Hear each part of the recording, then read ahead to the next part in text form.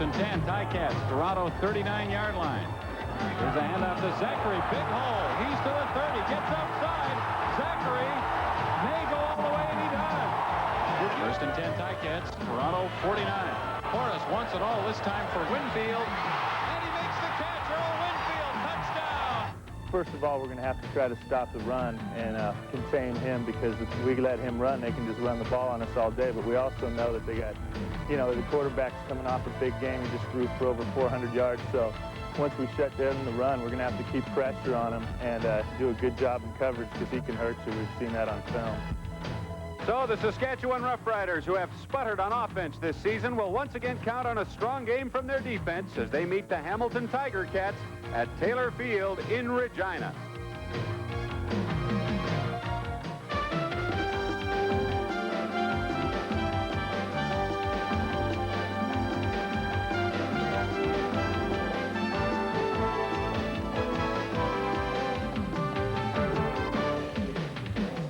The Canadian Football Network. Today's game from Taylor Field in Regina is brought to you by Petro-Canada Dealers and Agents. Our energy is Canada. And by Carling O'Keefe Breweries, the CFL. It's the game around here.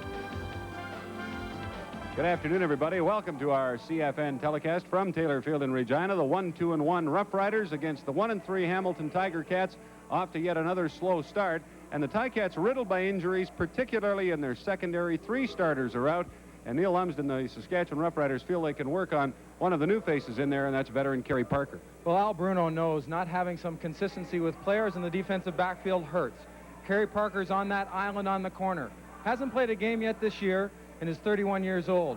Tron Armstrong has been an exciting receiver. They may try to take advantage of that matchup.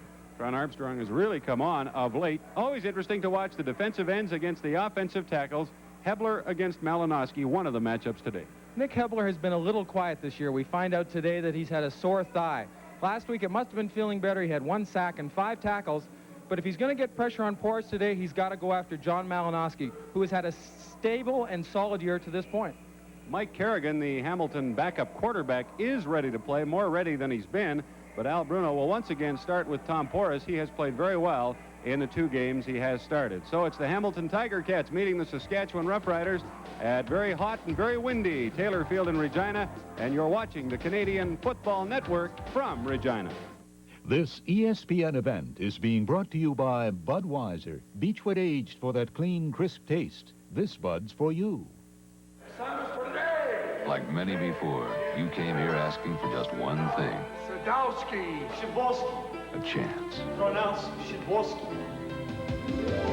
You're gonna make it here, 'cause you make America work, and this Bud's for you. Here's to you, Beechwood aged for that clean, crisp taste Hey, Sid. that says Budweiser.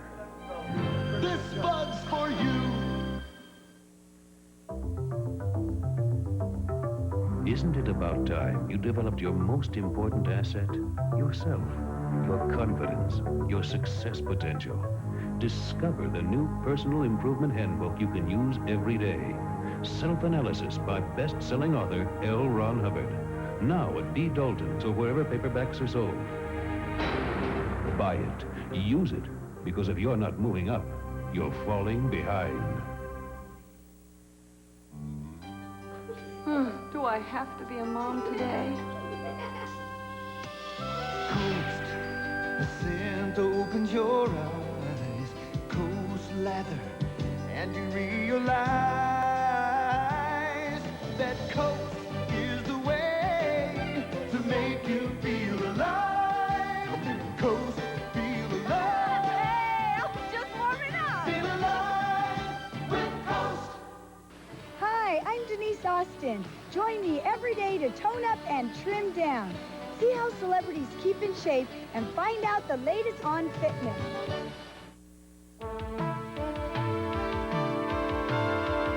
Now here's a look at today's starting offensive teams. First, the visiting Hamilton Tiger Cats. They'll go with the same offensive line they've used in every game this season.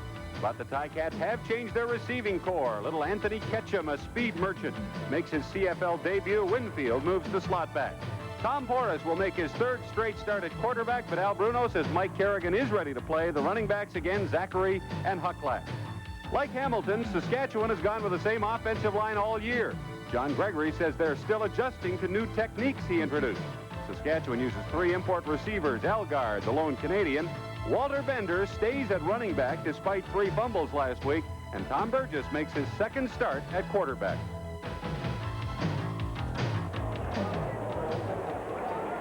You are looking at Taylor Field in Regina, and Bernie Ruoff bending over to tee up the football at the Hamilton 35-yard line as the Tiger Cats will kick off to the Saskatchewan Roughriders. Hamilton will have the wind with them, and it's a strong wind in the opening quarter. The Roughriders have Tron Armstrong and Walter Bender playing against his former teammates. Back to receive Ruoff's kickoff, and the ball has already blown off the tee for Ruoff, and he will ask Paul Bennett to hold it for him. That gives you again an indication of how strong the wind is. It will definitely be a factor in this game.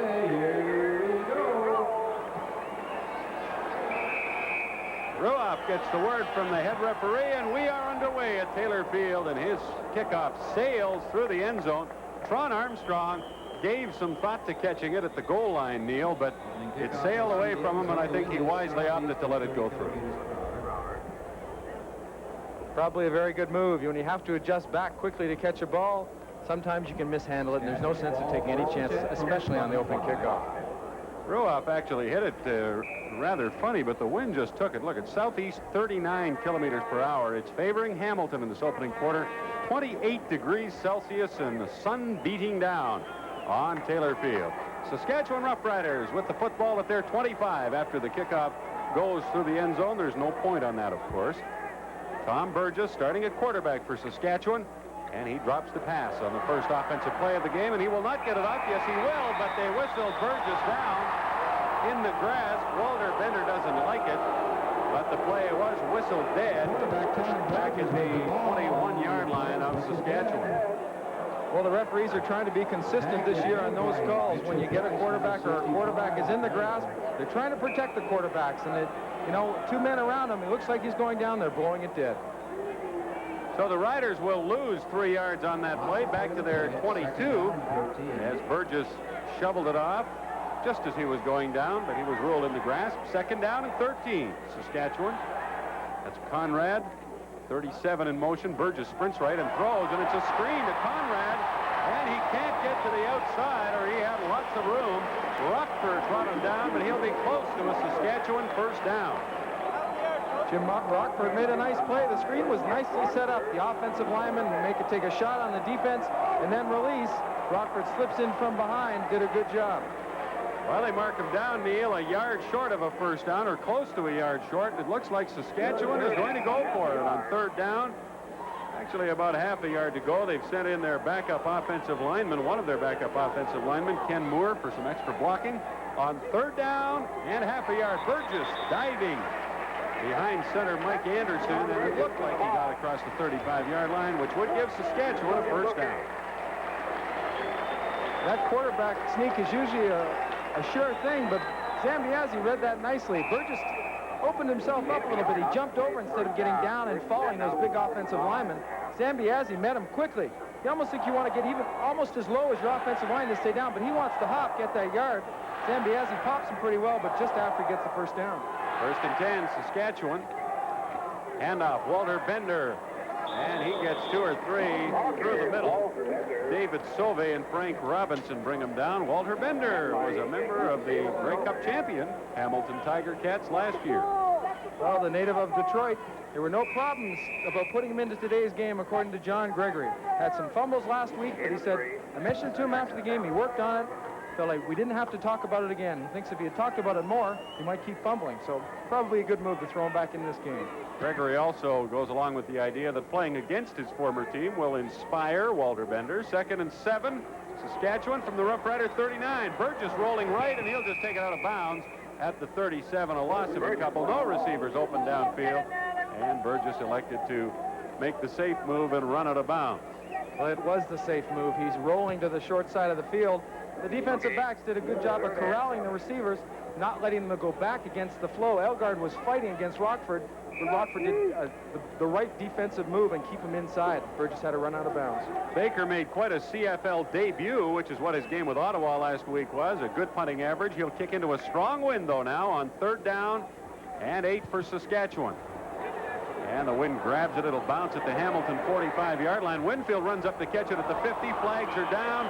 Saskatchewan will be called for no yards as the wind very early in this game plays a role. 27-yard punt by Baker. John Gregory told us Baker in practice did an excellent job of kicking into the wind. No yards. Saskatchewan number 38. Steve Crane, backup linebacker for Saskatchewan, called for no yards. What a gorgeous day in Regina. 28 degrees Celsius. Tremendous day to come and watch a football game. A little sunbathing going on. Pretty good crowd at Taylor Field. Bill Baker had mentioned yesterday they were looking for about 24,000, 25,000, and then it depended on how many people would stroll up the day of the game and buy tickets. Tom Porras in the Hamilton offense with their first series of the game. Starting from the 49 at Saskatchewan. And the ball was nearly picked off by Mike Magruder as Porras looked for the newcomer, Anthony Ketchum. We've seen Porras a few times this year, and rarely have I seen him try to throw the ball into an area where there was a defensive back between he and his receiver. And Ketchum's got striding downfield, has to slow down completely. Magruder is well back, giving Ketchum lots of room. Mike Magruder, the right cornerback for Saskatchewan. Saskatchewan without one of their starting defensive backs. Rod Fisher is hurt. Trent Bryant replacing him. 2nd and 10 Hamilton. Saskatchewan 49. Hucklack in motion right. Porras sprints left. Has time. Throws, and it's complete to Shop Delane at the 34.5 of Saskatchewan. Porras threading the needle and giving Hamilton a 14-yard gain and a first down. Well, that's what we're used to seeing from Porras, putting that ball on a string and just getting it to the outside so the receiver has perfect opportunity to catch it between the two defensive backs. Jacques Chapdelaine acquired from Montreal in the Alouette dispersal draft, and he has been a handy acquisition for the Tiger Cats. To our 1st and 10 at the Saskatchewan 35-yard line. No score early in the first quarter. Hucklack, good room up the middle across the 30 and down to the 27-yard line of the Saskatchewan Roughriders. Dan Hucklack, who has some rather bitter memories of this stadium. Neil? Yeah, he certainly does. When he broke his leg a few years ago, it was right here at Taylor Field, and he not only broke that leg, he literally shattered it and has made a remarkable recovery. And if he keeps running the football like that, the combination of he and Zachary are going to make it tough on that Saskatchewan defense. He gained 7 yards, 2nd down and 3. Tiger Cats at the Saskatchewan 27. Winfield in motion. The handoff to Zachary, who was hit at the line, but broke the first tackle by Hebler, got across the 25 and should have the Hamilton first down, and he does. Zachary Jackson. You're right. Hebler's a little bit upset at itself. He got a chance to come inside the gap. He was not exactly stumbling, but he sort of fires through and gets a shot at Zachary just after he gets the ball. Doesn't get a chance to wrap him up, but he gets a pretty good poke. He figures he should have had the tackle. Got to wrap those arms around those legs. Yeah, strong running by Zachary. But Hebler, I'm sure, would tell us that he should have had him. 1st and 10, Ticats, Saskatchewan 23. Hamilton with a strong win in the first quarter of this hot day at Taylor Field. Pass no good, but there are flags on the play. Winfield was flattened at the 10-yard line of Saskatchewan, and the Roughriders are going to be called for pass interference, I believe. Pass interference. Saskatchewan number 42. Eddie Lowe, the linebacker, is called. Jake Ireland, the head referee today. And Lowe disgusted with the call. Come on, D, come on, D. Well, he doesn't like to give up that territory. When he drops back into his zone and sets and lets receivers come by him, he wants to be able to let that receiver know he's in that area. And Winfield is the gentleman who came across his face. Lowe just gave him a quick pop. 1st and 10, Tiger Cats, Saskatchewan 10. Porras with time, and now he is down at the 14-yard line. Fuller coming in along with Al Johns to drop Porras for a loss of 3 or 4 yards. That's something we saw a little bit more of last week against Ottawa. Blitzing defensive backs by the Riders. Fuller gets a chance to come up through here in the middle and put early pressure on. He's getting pressure not only from Fuller, but Al Johns. 4-1. Big Al Johns filling in again for Rick Goltz, who should be back for Saskatchewan's next game. He's out with a sprained ankle. Jurison, Johns, Curry, and Hebler, the front four that Porras and the Tiger Cats face on 2nd and 13. Porras throws, no good for Winfield down around the 10-yard line. Albright The middle linebacker got a hand in to knock the football away. So the Hamilton Tiger Cats will have to settle for a field goal attempt after getting to the Saskatchewan 10-yard line. And that's the kind of defense that John Gregory feels he absolutely has to have from his team in this game if they hope to knock off the Hamilton Tiger Cats. Bernie Ruoff is not punting as well as he can, Neil, but he's doing pretty well with the field goals thus far. Oh, he's a very consistent place kicker and generally a very consistent punter, but as of late, he's had some problems. Last week against Toronto, his average was only 34 yards, and that's a concern for Bruno. Let's try from the 21 with the big win. And with 8:31 left in the first quarter, Hamilton has scored first. Just imagine driving minutes to save hundreds of dollars. People have been doing that for years. It's a short money-saving trip to Specs in Sunnyside, where they're now celebrating their summer savings sale. If you're looking for a new Chevrolet, Buick, or Nissan, it's really Specs in Sunnyside you should see. They have over 200 new and used models to choose from with special financing and rebates still available on selected models. Go on. Take that short money-saving trip to Specs in Sunnyside. You'll be glad you did. 3 generations serving us since 1912.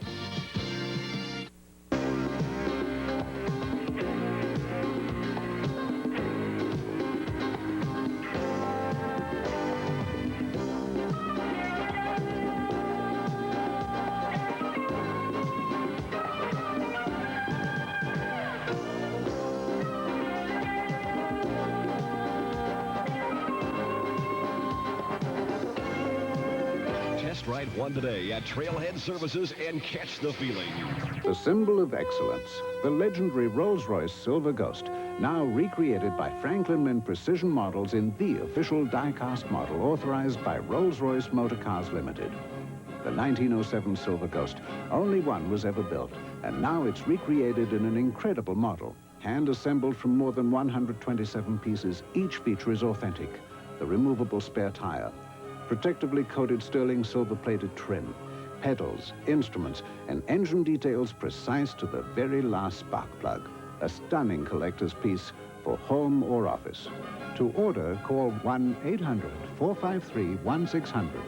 Use your credit card or mail $30 and be billed the balance in 3 payments. The imported Silver Ghost with certificate of authenticity. Call 1-800-453-1600. The Rolls-Royce Silver Ghost. There's nothing quite like owning a Rolls-Royce. Due to time restraints and considerations, we will now move further ahead in this program.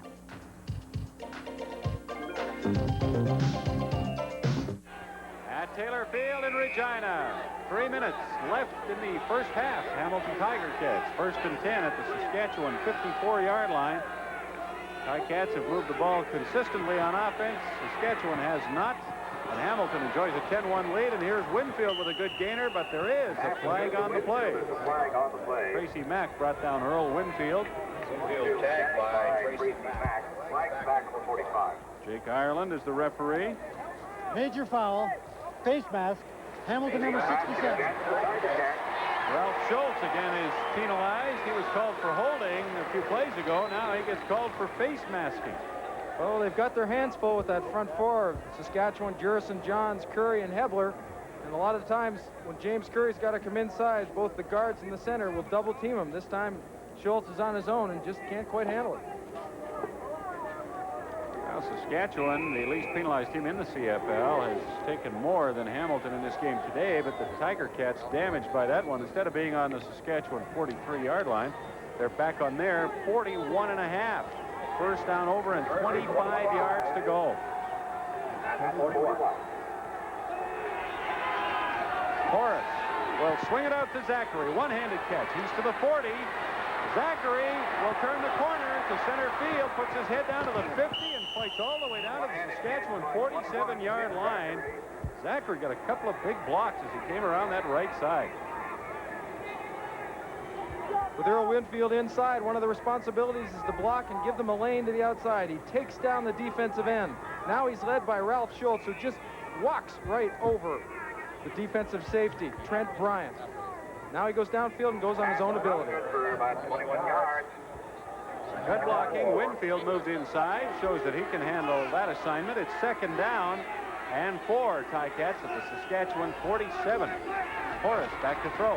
Has time. Puts it down long for Ketchum, and he catches it at the 15-yard line of Saskatchewan, but they rule him out of bounds. It'll be an incompletion, but it was nonetheless quite a catch by Mr. Ketchum.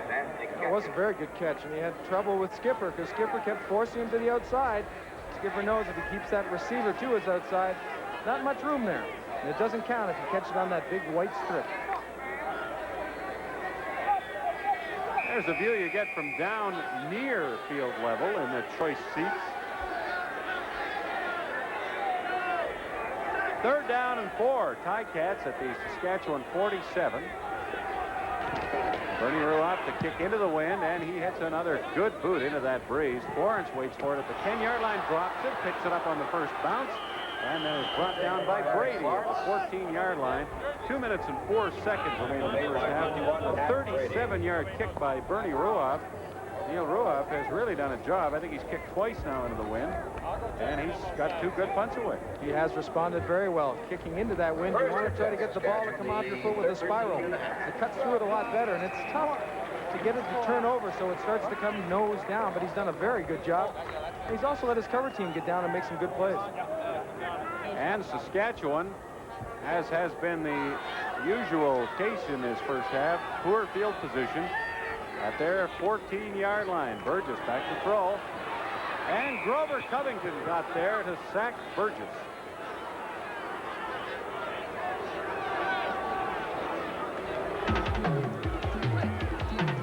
Today at halftime, we'll profile the first-year head coach of the Saskatchewan Roughriders, John Gregory.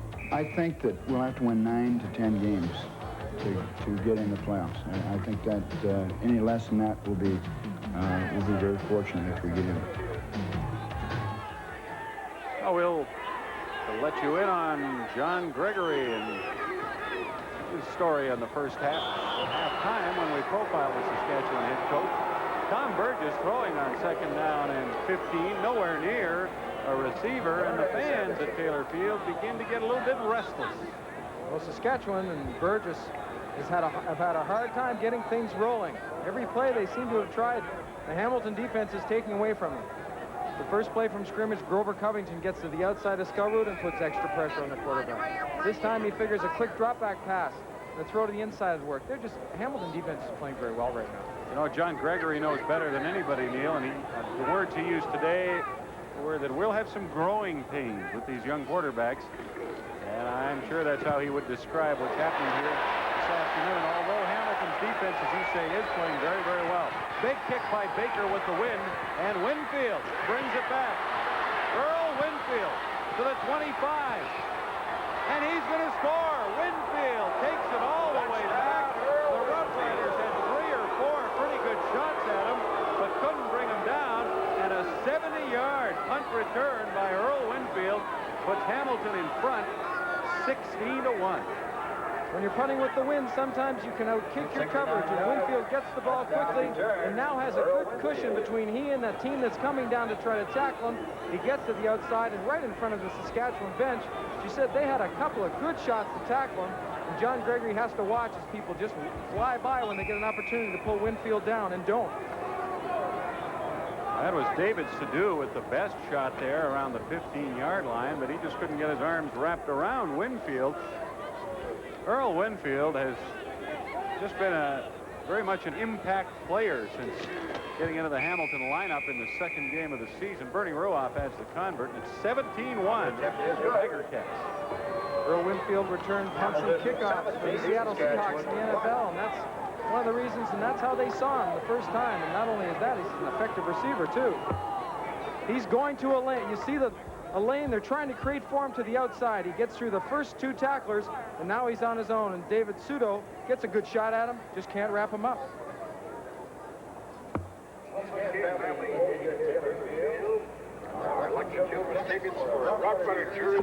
Well, very hot here at Taylor Field, and look at the temperature at field level now. Almost 40 degrees Celsius. That's tough on the players. Wonder what the temperature is if you could stick that thermometer underneath John Gregory's shirt right now. Well, I think we can add another 30 degrees on easily. The Saskatchewan head coach sees his team trailing 17-1, and in front of this good crowd at Taylor Field, they have given the local fans absolutely nothing to cheer about. Bernie Ruoff kicking off into the wind. Walter Bender at the 24-yard line. And he slips and falls as he approaches the 40. They'll mark him down around the 39-yard line. And Gregory will stick with Tom Burgess. Let's go, defense. Let's keep your heads up. For the remainder of this half, it appears, although Burgess has had a tough time. Well, with 1:18 left in this quarter, they'd like to go down and get something, touchdown or a field goal, but they're going to have to gather some momentum. They're going to have to either big plays or just downright physically handle the Ticats now, because they haven't done that to this point. 1:18 left in the half. So the Roughriders have plenty of time to move the ball downfield if they can get their act together. Burgess complete to Florence at the 45. There's a flag on the play. Florence looking for some room. Actually went back a yard or two. And we'll finish up with a 6 or 7 yard gain instead of being close to a first down. There is a penalty flag, and the Hamilton Tiger Cats are cheering.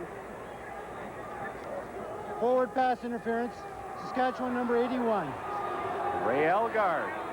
Offensive pass interference.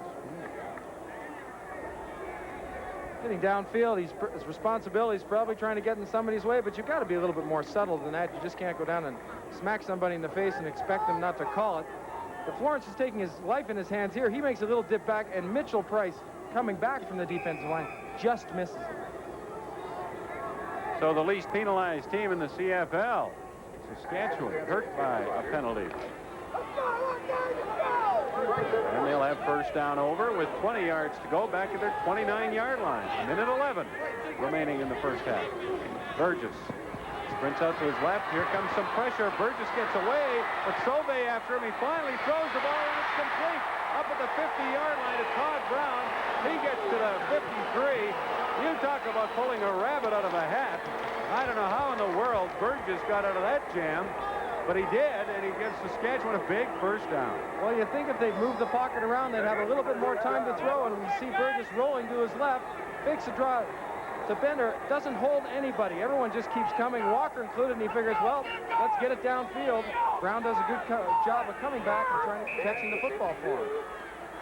First and 10, Saskatchewan. Burgess in the pocket, has some time to throw, has Elgard at the 34-yard line of the Tiger Cats for another first down.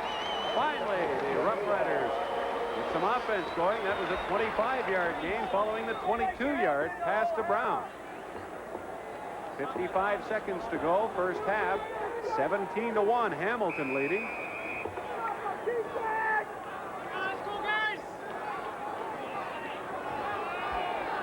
And with that last play going out of bounds, of course, the clock won't start until the ball is snapped by center Mike Anderson. Back to quarterback Tom Burgess. Todd Brown comes in motion to the right, now stays back on the left side. Burgess sprinting out right. Here comes Zambiazzi, gets the football away, and it's caught by Bender down at the 4-yard line.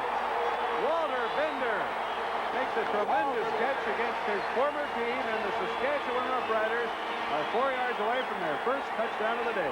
Burgess still moving that pocket around, is sprinting right into a blitz by Howard Fields, the halfback. Gets to his, laying it over his shoulder, and let him catch the football. There's a flag on the field. And we'll find out from Jake Ireland what this is about. I believe it was thrown after that play was completed. Major foul, unnecessary roughness, Hamilton number 27. Paul Bennett was called for unnecessary roughness. And instead of being on the 4, Saskatchewan will be on the Hamilton 2-yard line. I think he's explaining to the ref it's a physical game, and we can knock some people down even if they're not around the plays. But you have to do it legally.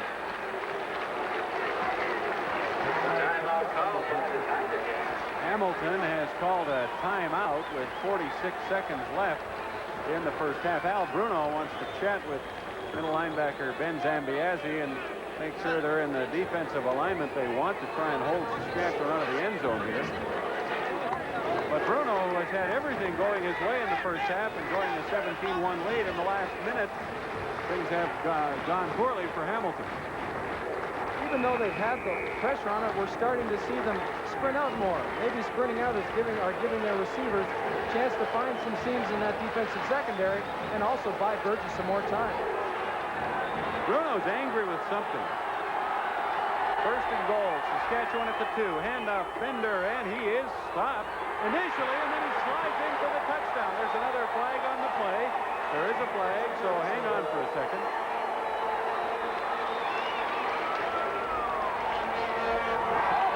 Outside Hamilton, it will be declined by Saskatchewan, and they are in the end zone with Walter Bender making the effort to get the ball across the goal line. One of the reasons Gregory likes Bender is his effectiveness in short yardage. Not big in height, but very powerful. And he takes a shot here by Paul Bennett. And Sauve and almost loses the ball, keeps his balance, and stretches it in for 6. Dave Ridgway will attempt to add the convert. And he does. And so the Hamilton Tiger Cats will not be pleased with this turn of events. It's now 17-8 Hamilton, 42 seconds remaining in the first half. And Saskatchewan, after being held to virtually no offense in the first 28.5 minutes of this game, put a nice drive together. They got all the way downfield, and with some help from a Hamilton penalty, get it in the end zone. Walter Bender scoring against his former teammates. Well, that touchdown was a result of just tremendous effort by Bender, and also quick hands when that ball popped out to pull it back in. Keep his awareness of where he is in the field and stretch it in for a touchdown. And I'm sure that Coach Gregory says, well, it doesn't matter if it's the end of the half. We found something out. We can now start to move the football. We'll do it in the second half. We can come back.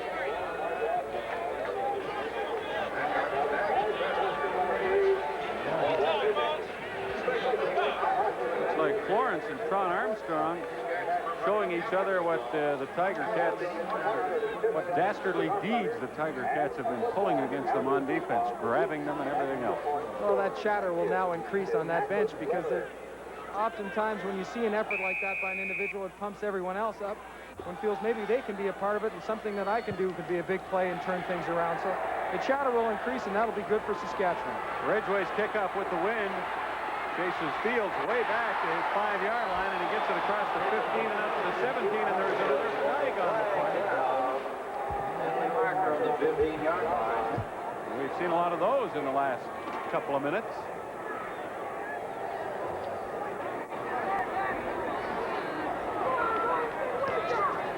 Major foul, piling on, Saskatchewan number 38.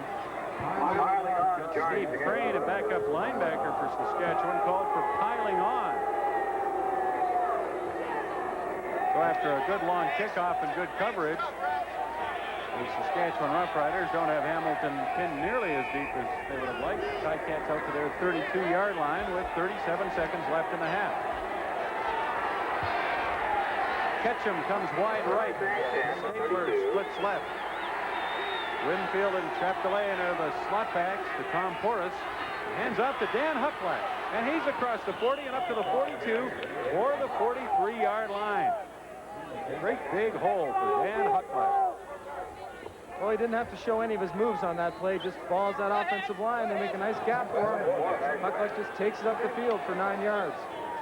Now, you know as well as I do that Hucklack himself would say, what moves? But a good run. Dan Hucklack has carried the ball effectively this season for the Hamilton Tiger Cats.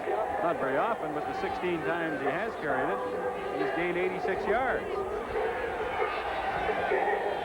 Well, we mentioned earlier that having another back in the backfield they can give the ball to just makes that offense that much better because they can't key on Zachary. And if they start to, you can just start handing the ball off to Hucklack and let him gain 6-7 yards at a time. Al Bruno has to like a lot of what he's seen in this first half, but not the last minute or two as Saskatchewan drove downfield to score and cut the Hamilton lead to 17-8. Well, after that last game against Toronto, I don't think Al Bruno will ever be comfortable on the sidelines till the gun goes, the game's over, and everyone's in the shower. And in case you've forgotten, folks, Hamilton led the Argonauts 24-2 at one stage and lost the game.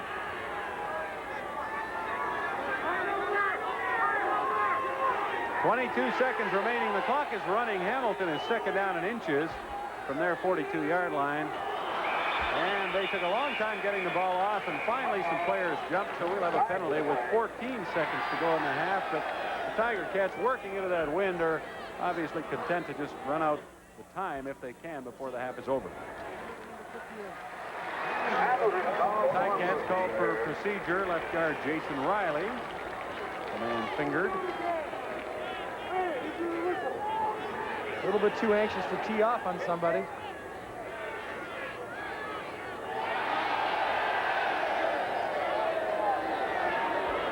Saskatchewan declines the penalty.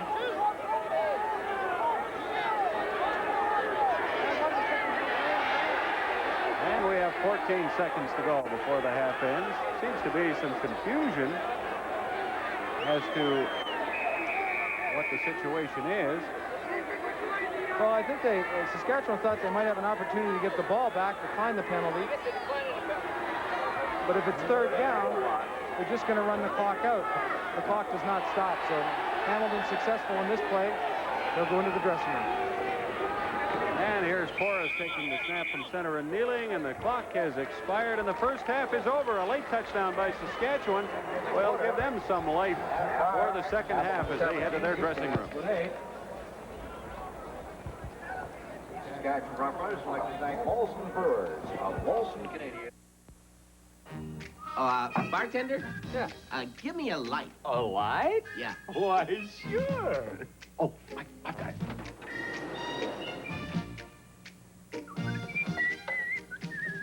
No, a Bud Light. If you want the great taste of Bud Light, ask for it. Bartender. Yes? Give me a, let's see, give me a Bud Light. Everything else is just a light. Nice call. Thanks. If you like your business news fresh each day, you ought to subscribe to the Wall Street Journal. Because unlike some things, news does not improve with age. Call 800-372-3000 for this special introductory offer. 13 weeks for just $29.75 with a money-back guarantee. 13 weeks, $29.75. Phone 800-372-3000 now for the Wall Street Journal. Riders trailing Hamilton by a count of 17-8 on a hot day at Taylor Field. 28 degrees Celsius at game time. And that wind, which was blowing at 40 kilometers per hour, does not appear to have lessened at all. And it will favor the Hamilton Tiger Cats in the third quarter. The wind was a factor in the kicking, Neil, in the first half of the game, but it didn't really have I didn't think it had a great effect on the game, as sometimes a strong wind like that can. It gave Hamilton good field position in the first corner. They didn't move the ball that well, and they didn't take advantage of it. So it's tough to say when you've got the wind in your favor, you want to score a lot of points. They didn't control the ball. There weren't any big plays. Bernie Ruoff did a great job in the second quarter punting against the wind. Saskatchewan didn't get great field position. So the wind can play games with you, and I think it bothers you mentally more than anything else. Yeah. So you don't have to go to the beach to catch a few rays. You can do it in your local football stadium, and that's what a lot of people here at Taylor Field are doing this afternoon. Dave Ridgway will kick off into that wind to start the second half, and the wind holds it up for Earl Winfield at the 25-yard line. He's across the 40 and tripped up at the 41. Elgard got a hand on him just as he crossed the 35, and Winfield went down at the 41-yard line. Tom Porras will bring the Hamilton Tiger Cat offense onto the field for their first effort of the second half. Ticats with a record of 1 win and 3 losses, and Saskatchewan 1, 2, and 1 coming into this contest. Stapler wide left with Chapdelaine. Ketchum goes wide right. He has not been able to put his speed on display yet this afternoon. Anthony Ketchum is what they call a burner, and Bobby Jurison is there to greet Ken Zachary on a first down handoff and stops him for no gain. Bobby Jurison's style has changed this year. Last year he was a bull rusher. He's very quick. Actually, he's quick enough to be lined up in that rush end style. Doesn't go in a three-point stance all the time. And he's using that quickness to his advantage. Goes around people sometimes now instead of having to go through them. John Gregory says Jurison can run a 4.5 or 4.6 40, and if you know anything about speeds for a lineman, that is remarkable. Second and 10, Ticats from their 41. Porras is dropped by Jurison. He was forced up into the pocket, and Jurison pinned him at the 34-yard line. The man they say has maybe the biggest calves in the CFL is in the two-point stance, and he's coming. There's no question about it. Makes a nice play to come inside, and then comes off the blocker and takes down Porras. Look at those. Those looks like he's got a pair of socks inside the socks that he's wearing. A lot of strength in there. 3rd and 17. Ticats. Ruoff will kick with the wind, and he gets it up high. And the wind carries it way down to the 22-yard line. It's dropped by Fuller. He picks it up, though, and finds some room out across the 40 to the 44. There are flags on the play. As Joel Fuller makes a nice return on the Ruoff punt. Here's referee Jake Ireland. Illegal block. Saskatchewan number 17. 48-yard punt. Trent Bryant was called for an illegal block on that return, so the Saskatchewan Roughriders will be moved back to their 23-yard line. Coaches will tell you, if you think you're close to making an illegal block, back up, put your hands in the air, and don't make contact because they don't need the unnecessary penalty. Roughriders with a football for the first time in the second half, and Tom Burgess stays on as their quarterback. After that late first half rally, which produced a touchdown, John Gregory will stay with Burgess, who hands off to Bender across the 25, and near the 26, he'll have a gain of about 3 yards. Interesting defensive alignment by Hamilton. They move halfback Rockford up on the line of scrimmage, looking like we don't even care if you try to throw the football. We're going to get you before you get a chance to set up. You know, I'm sure we would have seen Bentram in this second half, Neil, and we may yet, if Saskatchewan hadn't put that late drive together. But John Gregory tells us that Bentram, just standing on the sidelines, is learning so much every game they play just by watching. Burgess will do well to get out of this one, and he does. He gets it off to Bender. He's to the 30-yard line, forced out at the 30-yard line of Saskatchewan, and he'll come up about 3 yards short, and the Roughriders will have to punt. Well, Saskatchewan made some changes during this past off season, and one of the things they did, perhaps the most significant, was hire this man, Bill Baker, as their general manager. He proceeded to hire John Gregory as the coach and is working very hard at turning things around here. Bill, first of all, how do you handle watching these games? I know some GMs that go to pieces in the booth. I go to pieces, too. I sit up here and I die about 10,000 deaths. If it's a close game, at the end of the game, I'm a rag. This is much worse than playing, much tougher work than playing.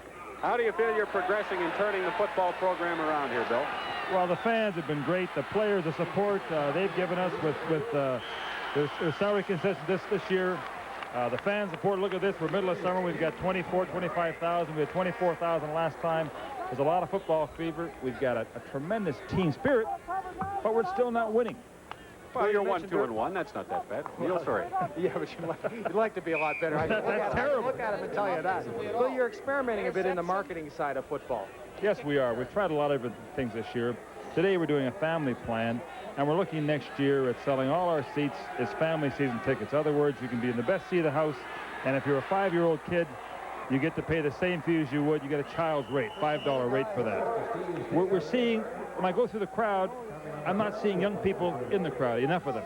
I'm not seeing enough kids sitting with their parents. And I think in the longer term, we've got to build up a base of fans. We've got to build up the 7-year-old, 10-year-old, 12-year-old who 5 years from now is really involved in it. And the guy who's 13, 14, 15 is also involved in it. And it gives the parents a chance. The game is cheaper than that way than a babysitter. It's good entertainment. It's not that expensive to bring the family to the football game. My kids come and they have a ball. Bill, you made an interesting personnel decision a few weeks ago, sending Brett Williams to BC when you got him in the draft. And I want you to explain that, because a lot of people ask me, why would the Riders give Brett Williams away? Well, first of all, we have to understand the import Canadian rule, which is very unique. And that always makes things much more complicated. We had just received Curry, just traded for Curry from Ottawa. We think Curry's an excellent pass rusher. We think Brett Williams is a heck of a guy. We like both people. We, at the time, were able to do a deal which actually got us a first-round draft choice in BC. We were then able to trade another fellow for a third round, and it ensured that we had Dave Ridgway. We were very concerned about losing Dave Ridgway if we took Brett Williams first. So in essence, it allowed us to lock up all those positions and allowed us to make sure we had Ridgway and make sure we had some draft choices. And we didn't have to cut anybody else.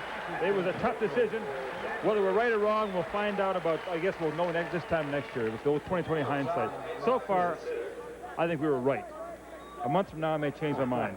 Well, you know, thanks, Bill. We appreciate your joining us. We wish you well. For a team that hasn't made the playoffs since '76, you see, I know you want to be 4-0, but to me, 1-2-1 isn't all that. You could be 0-4. I'll tell you, 2-1-1 would be fantastic.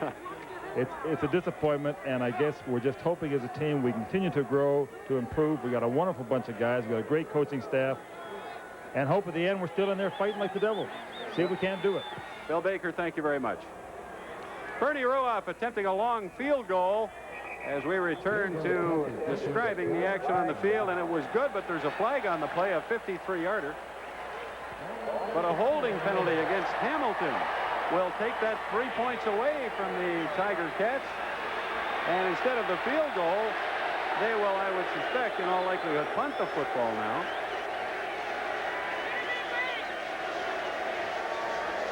And Ruoff is incensed. That's easy to understand. He just lost 3 points. Bruno doesn't feel a whole lot better about it. And he wants to know what's going on. Bernie's angry. Ticats, instead of being ahead 20-8, still lead 17-8. And instead of attempting a field goal, will now punt after the 10-yard holding penalty. And Ruoff gets this one way up there. It's caught at the goal line. And out to the 5-yard line is the return man, Eric Florence, who was too close to the end zone to get and concede a single. There's a fear of him giving up a safety touch, so he brought it out.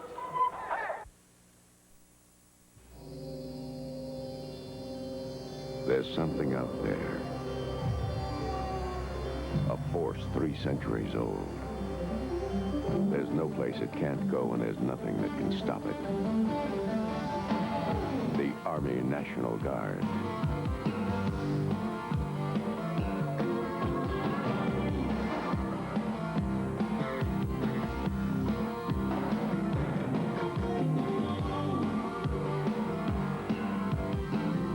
Serve 2 days a month and 2 weeks a year. Earn $18,000 for college or technical school. Learn a skill. And find out how it feels when nothing, but nothing, can stand in your way.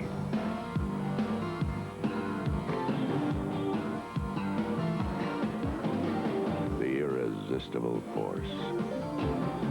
Army National Guard.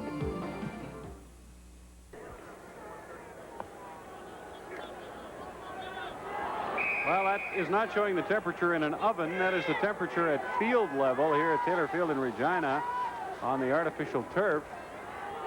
And it's 40 degrees Celsius. As the Roughriders go along down the left sideline, intended for Tron Armstrong, Kerry Parker will be called for pass interference. Roughriders starting with the ball at their 5-yard line. Forward pass interference. Hamilton, number 14. And the Tiger Cats are upset with that call. Parker may have a legitimate beef. When they throw the ball downfield and it hits a defensive back in the back, and he hasn't got his hands up, it shouldn't be pass interference. If his hands are up and trying to screen the receiver, then that's a good call. And maybe that little wave with the right hand, I know he's not waving to his friends on the bench, so maybe that's what the call was for. I didn't see that initially, but you can't put your arms up like that. Here's Burgess throwing, and it's no good. Intended for Eric Florence. Alvin Bailey with the coverage up near center field. Tom Burgess. And the Saskatchewan Roughriders trailing Hamilton 17-8. We're 5 minutes and 20 seconds into the third quarter. Saskatchewan's success to this point has come within a minute. It took about a minute and a half to happen, but it also happened because Burgess moved around back there. He didn't set up. I think if they don't start moving around, the Hamilton defense will close in on him again and shut everything off. Burgess facing a 2nd and 10. Stands in the pocket and throws long down the sideline again. And it's no good. At the 45 of Hamilton, Rockford got over to knock the ball away from Todd Brown. There's Harry Skipper and Joe Fuller, a couple of defensive backs for the Saskatchewan Roughriders. Skipper getting the gloves back on. He prepares to go back on the field. I wonder how warm it is with gloves on a 28 degrees Celsius day. Well, they wear them so their hands don't get sweaty and they don't have a hard time hanging on to the football. Those are special gloves. They're a little bit sticky, and though it's warm, they'd rather have them on. 3rd and 10, Roughriders. Baker will kick into that wind. And he gets a good boot away. Winfield fumbles it at the 40-yard line and gets back on it at the 41 with Kerry Cochran looking for a loose ball. We have 8 minutes and 56 seconds remaining in the third quarter.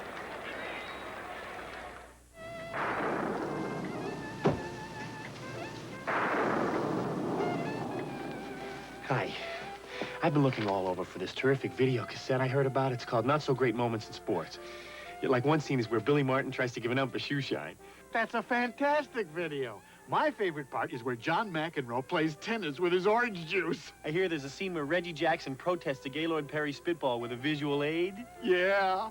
I love it where a kicker tries to play quarterback. Not So Great Moments is 45 minutes of the funniest sports footage I've ever seen. Great, so you have it. No, it's not in video stores yet. Now what do I do? You get it free. Let me understand. You don't have the video, but you're going to tell me how to get it free. Right. Am I missing something? You're missing out on Sports Illustrated. Sports Illustrated? I love SI. What does Sports Illustrated have to do with it? You get Not So Great Moments in Sports free with your paid subscription. Oh, I let my subscription run out. Well, now's a perfect time to go for it again. You get 25 weeks of America's best sports coverage, including the Pro Football Spectacular with all the picks, previews, and profiles, and the beautiful swimsuit issue. I like that. Everybody likes that. You even get a handy NFL schedule. And Not So Great Moments in Sports? You get it all. I do? How? Just call Sports Illustrated's toll-free number. Wait a minute. All that great footage has got to be worth a fortune. I ought to know. Yeah, I'll bet they raised the price of the magazine, right? It's over 47% off the cover price. Just 3 installments of $9.89 each. You can even put it on a credit card. No kidding. I get 25 weeks of SI, including the Pro Football Spectacular, the football schedule, the swimsuit issue, and the video cassette free. You get it all. Just call 1-800-621-7000. I gotta get to a phone. What's that number again? Here, 1-800-621-7000. Hi. Have you heard of Not So Great Moments in Sports? You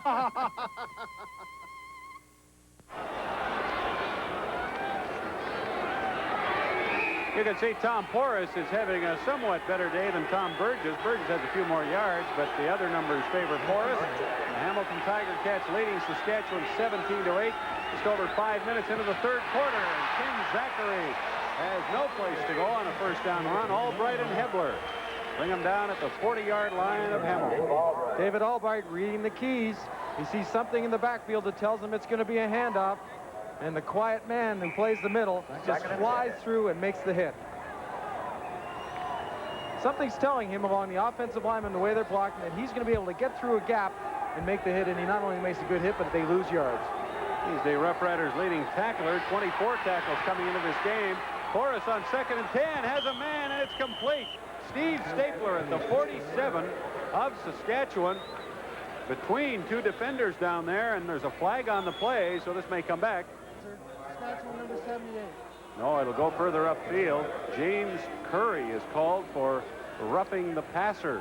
So they'll go to the Saskatchewan 47 with the play, and we'll add 15 more down to the 32-yard line. Well, he takes a good shot. He sees that opening downfield, hangs in there, and takes a shot down below the waist. Doesn't knock him down, but a good jar to the lower back.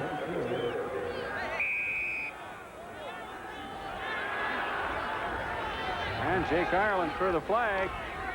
James Curry roughing on Tom Porras and the Hamilton Tiger Cats down to the Saskatchewan 32. Porras over the middle has a man wide open. It's Hucklack, and he gets into the 27-yard line for a gain of 5.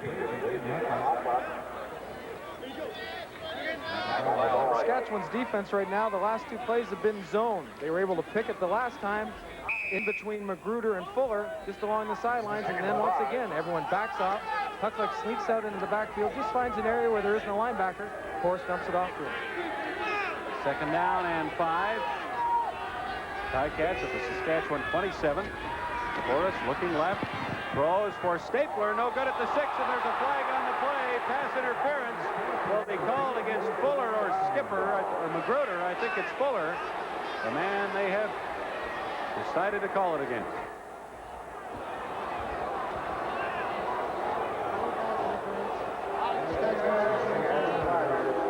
Yes, it was Joe Fuller who is called for pass interference. We're having some problems with Jake Ireland's mic. But if I'm correct in reading his lips, he called Joe Fuller on that play. And the fans here didn't particularly like the call. First and goal, Ticats at the 8. Porras throws, no good, intended for Chapdelaine. There are more flags. For Chapdelaine, incomplete. Over in the area where that football was thrown to. I think maybe Hamilton was guilty of a pick play. Offside Hamilton. No, it was offside against the Tiger Cats. John Gregory giving the sign to refuse the penalty. Refuse it. Looks like no one had seen it to that point.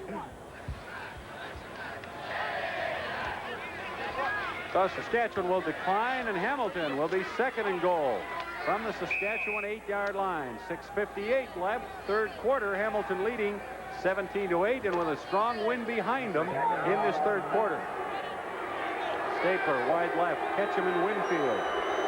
Look to the right. Chapdelaine also lines up on the left. As Porras drops into the pocket, he'll swing it out to Hucklack. He's to the 10. Dan Hucklack does not get near the goal line. He's brought down at the 7-yard line by Tracy Mack and Dave Albright. So Hamilton is stopped, and they will have to send out their field goal team. Saskatchewan defense moved in very quickly on Hucklack after the ball was thrown to him. He tries to come inside. He's the linebacker's man. The linebacker will back off. Hucklack's over on the right. Now they've got to close, and close quickly. They can't give him that first down. Tracy Mack got his hands on Dan Hucklack first. Here's Bernie Ruoff. Kicked a 53-yarder a few minutes ago, but it was wiped out by a Hamilton penalty. This try will come from the 14-yard line. And the kick is up and through there. And so the Tiger Cats increase their lead to 20-8. 6 minutes and 12 seconds left in the third quarter. Straight talk for accident victims. After accidents like yours, everyone is sorry. Everyone at fault, pay up. Hurst and Crossland are tough and smart. Call 457-7777 for a free appointment.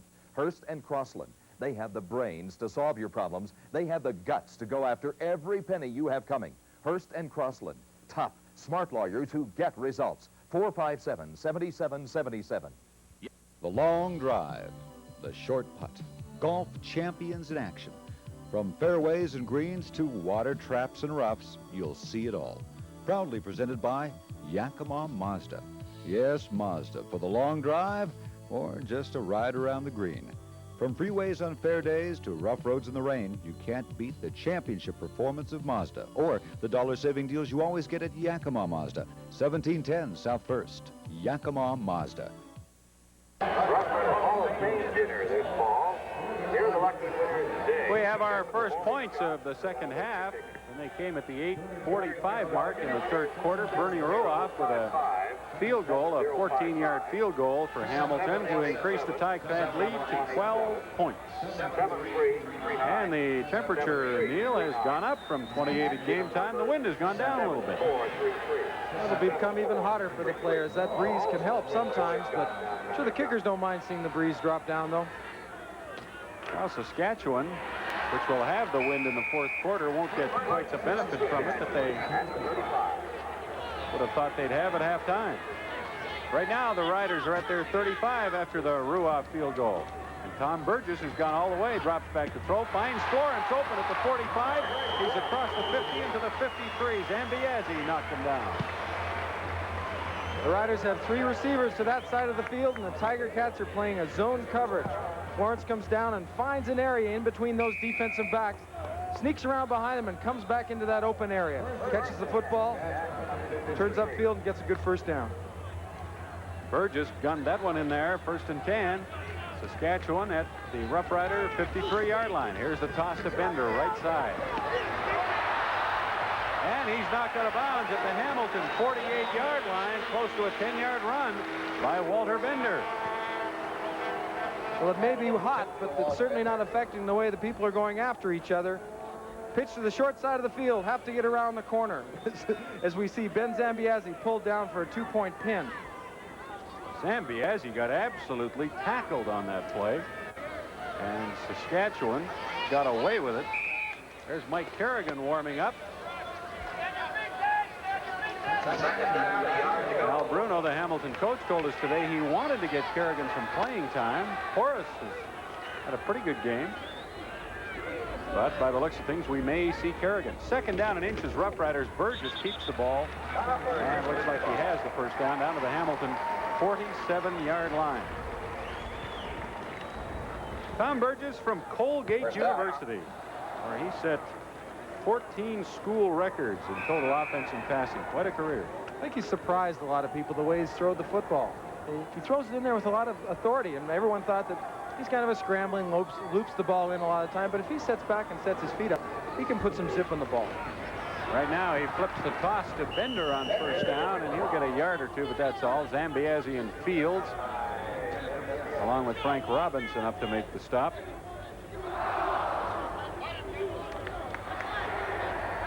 David Sauvé, the Canadian who's starting at defensive end in place of Rod Skillman this week for Hamilton. We're going to focus our ISO cameras on him on the play upcoming and then show you how he performed his duties. 4 minutes, 10 seconds left, 3rd quarter, 20-8. Hamilton leading Saskatchewan. Roughriders 2nd and 9 at the Hamilton 45-yard line. Burgess over the middle, has Florence open. He catches the ball. There was some doubt, but he did finally bring it in at 35 and gives Saskatchewan a first down. A semi-roll for Burgess and drops back, finds Florence over the middle. Really had time to set up for the first time this afternoon. He was able to plant his feet and throw the ball with some authority. Here's David Sauvé, native of Sudbury, Ontario. Has to worry about contained first. Goes to the outside, sees he rolls left, then collapses down. Ben Zambiasi, the injured Hamilton Tiger Cat, who is flat on his back on the very hard Taylor Field playing surface, which is in bad need of replacement. Nobody in the city would dispute that. It's a matter of coming up with the funds to do it, and the Saskatchewan Roughriders are hopeful that that will happen, preferably sooner than later.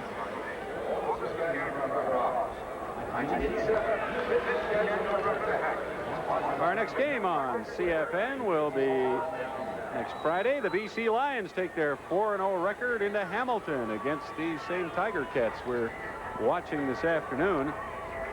That should be a very interesting game. Neil Lumsden, 8 Eastern time. BC off to a 4-0 start, and they've given up 35 points in their first 4 games.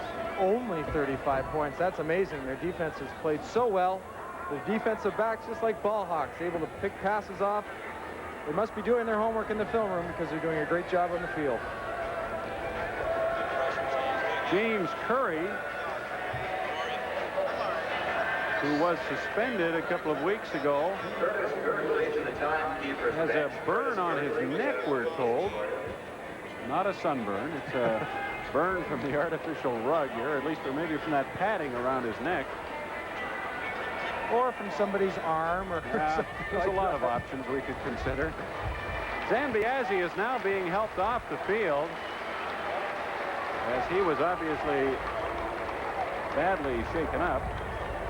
And with the score, Hamilton 20 and Saskatchewan 8. Let's pause 10 seconds for stations from coast to coast to identify themselves. You're watching the Canadian Football Network.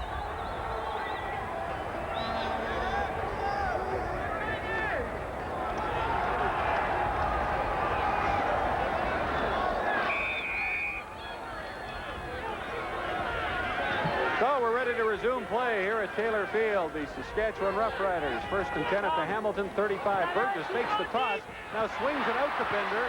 He's to the 30, knocked out of bounds. It's the 29.5 by Ed Gadavekis, who stayed with Bender pretty well on that play. Well, that's a tough assignment. They like to get him out of the backfield. Not only is he a powerful runner when he gets the ball handed to him, but very effective in the open field. And if they can get him matched up with the linebacker, they like that situation, and they'll go to it. John Gregory tells us that Bender has great hands. Now that sounds contradictory in light of the fact that he fumbled 3 times last week, but he is a very good receiver. 2nd down and 5. Roughriders at the Hamilton 30. Burgess back to throw. Gets it out here to Elgar. guard. It's complete at the 27, but there are flags all over the field. Jake Ireland will talk with the two officials who called it.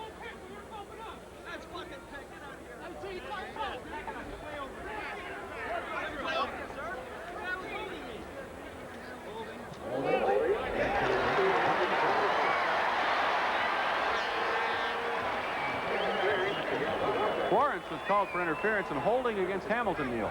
It's a bit of a trade-off, but Florence is coming off, and I don't think he wants to release downfield on this play. I think it's an intentional pick. So both teams are penalized, and they will cancel themselves the penalties well, and we'll have the second down over for the Saskatchewan Roughriders. 5 yards to go at the Hamilton 30-yard line. 3 minutes now left in the third quarter. Hamilton leading 20-8. Tom Burgess. Conrad moving in motion behind him. Hands off to Bender, and there is no place to go. And we have 2 minutes and 49 seconds remaining now in the third quarter. Ben Zambiezi's up, moving around. Looks like he's shaking off the effects of whatever had happened to him. On the field, Ed Gadavakis moved into the middle, and Leo Ezerins, with that sore groin, goes to the outside. They'd like to get him back in the football game. Calls the defenses in the huddle, and he's their leader. Zambiazzi was winded. We have received word on that play in which he was shaken up a few seconds ago. Saskatchewan, Ridgway will try a 38-yard field goal into the wind. The ball is down. Ridgway hits it pretty well. And it's good. Dave Ridgway popped a 38-yard field goal into a breeze that has abated since the start of the game, but is nonetheless quite brisk. And it's now 20-11 for the Hamilton Tiger Cats. Bill Baker said yesterday they were looking forward to about 25,000 people here today, and not a bad guess. The official attendance is 24,830. Tell Mr. Baker how accurate he is. I guess we'd have to assume he knows what's going on. He can read those. You can count on that. Expectations for crowds pretty accurately. Well, Dave Ridgway kicks a field goal, and the Saskatchewan Roughriders, looking forward to the win in the fourth quarter, are now within 9 points of the Hamilton Tiger Cats. That's the 157th career field goal for Dave Ridgway. That's Burgess talking with one of the Saskatchewan assistant coaches. Ridgway needs 2 more field goals to tie the Saskatchewan all-time field goal record held by Jack Abenchang at 159. Ridgway's kickoff. Winfield at the 30. Earl Winfield slips through that right side and gets to the Saskatchewan 50-yard line. Pushed into touch by Dave Sanu, the Hamilton. Winfield didn't appear to have any running room as he loped up the field, but finally it broke for him. There's a look at the men who work under Al Bruno with Hamilton, the assistant coach.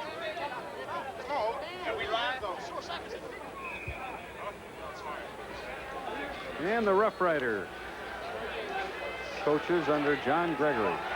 And Mike Kerrigan is in at quarterback for the Hamilton Tiger Cats, replacing Tom Porras. As the Ticats are 1st and 10 at the Saskatchewan 50, and Kerrigan puts it up long on first down, and it's no good intended for Stapler, who was covered like a blanket down the right sideline. Certainly didn't waste any time to test the waters by going deep, trying to find out whether Harry Skipper can still run down the field. Did a good job of coverage, step for step. You surprised at this quarterback change, Neil? A little bit. It certainly gives Kerrigan an opportunity to come into the football game with good field position and execute and not have to be put in a pressure situation. I think that's maybe why he's making the move now. Keeping in mind how well Kerrigan played last year, especially in the playoffs in the Grey Cup. And Al Bruno wants to get him some work, and Fields now is a good time to put him in. 2nd and 10. Kerrigan back to pass. He drops the football, and the Rough Riders, Nick Hebler has it, and he's going to score, folks. Nick Hebler goes all the way on one of the weirdest looking plays you will ever see, as Kerrigan pumped once, brought the ball down and had it pop out of his hand, and Nick Hebler picked it up, and you can hardly say he dashed into the end zone with it. He lumbered 49 yards, and the Rough Riders are within 3 points of Hamilton. Isn't that wild? Mike Kerrigan drops back and, like you said, just simply pumps the ball, but maybe not having hung onto the ball in the game, doesn't know the texture, and it's a little bit slick. He steps back and just pulls it down, and the thing pops out just like it's a little pop gun. Nick Hebler, surprise, surprise. He gets one of those Argo bounces, and now he's going to hurt his neck, checking to see if anybody's going to catch him. Malinowski giving chase, sort of. Look at him stride. Look at Nick stride. Ridgway has added the convert. Well, I think he's ready for a touchdown move. He's been waiting a while for this, and he's got a move set. Nick Hebler has rhythm. That's what happens when you hit 30. Nick Hebler turned 30 about 8 days ago. And he has given the Saskatchewan Roughriders a touchdown, and they are now within 2 points of the Hamilton Tiger Cats. We don't mean to make fun of these defensive linemen, or maybe we do when they're running with the ball, but compared to the Winfields and the Zacharys, well, there's still a bit of a difference. Well, it just takes the play longer to mature, that's all. The touchdown still happens. He still gets over the goal line. It's just you can go out and get a drink and come back, and he still hasn't crossed it. If you're in the camp of the Hamilton Tiger Cats, you found nothing amusing at all about that play, of course, as Tom Porras talks to Mike Kerrigan. And here's the Ridgway kickoff. Alvin Bailey tripped up at the 41 or 42. We have a flag on the play. Minute 29 to go in the third quarter. It's now Hamilton 20, Saskatchewan 18. Ticats led 20-8 earlier in the quarter.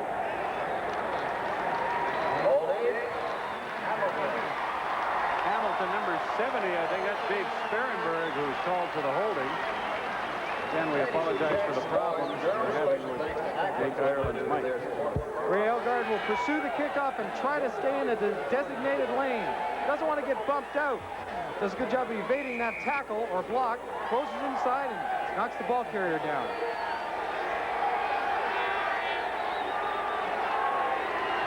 First and 10, Tiger Cats at their 29-yard line.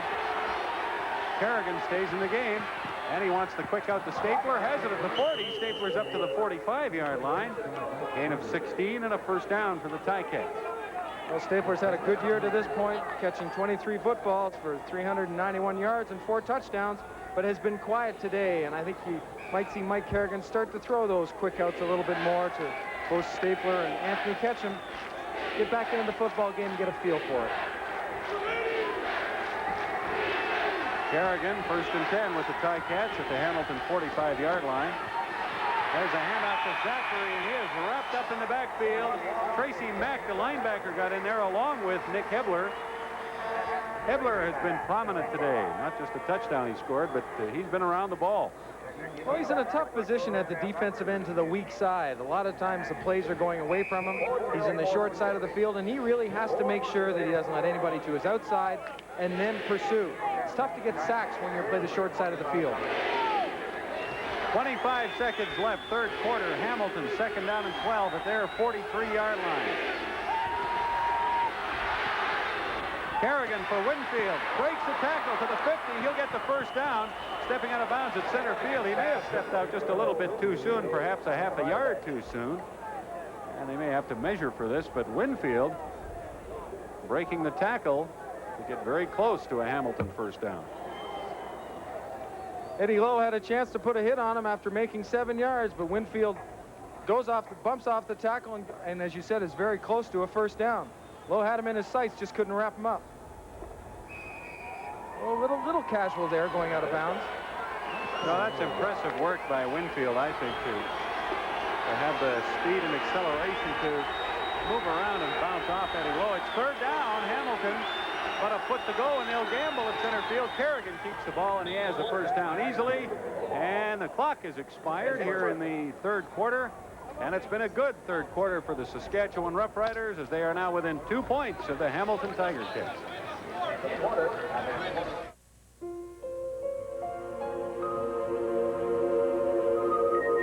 When she was 6, after a few scrapes and tumbles, her dad taught her how to ride a two-wheeler. When she was 9, he helped her build a telescope that could see the moons of Jupiter. When she was 14, after a lot of giggling and giving up, her mom finally taught her how to hit a wicked two-handed backhand. All through her growing up, Susie's parents taught her well. But for all their love and attention, there was one lesson left untaught. Susie's parents never taught her about drugs. They never told her that drugs maim, drugs kill. So Susie learned one final lesson on her own. When you don't say no to your kids about drugs, it's the same as saying yes.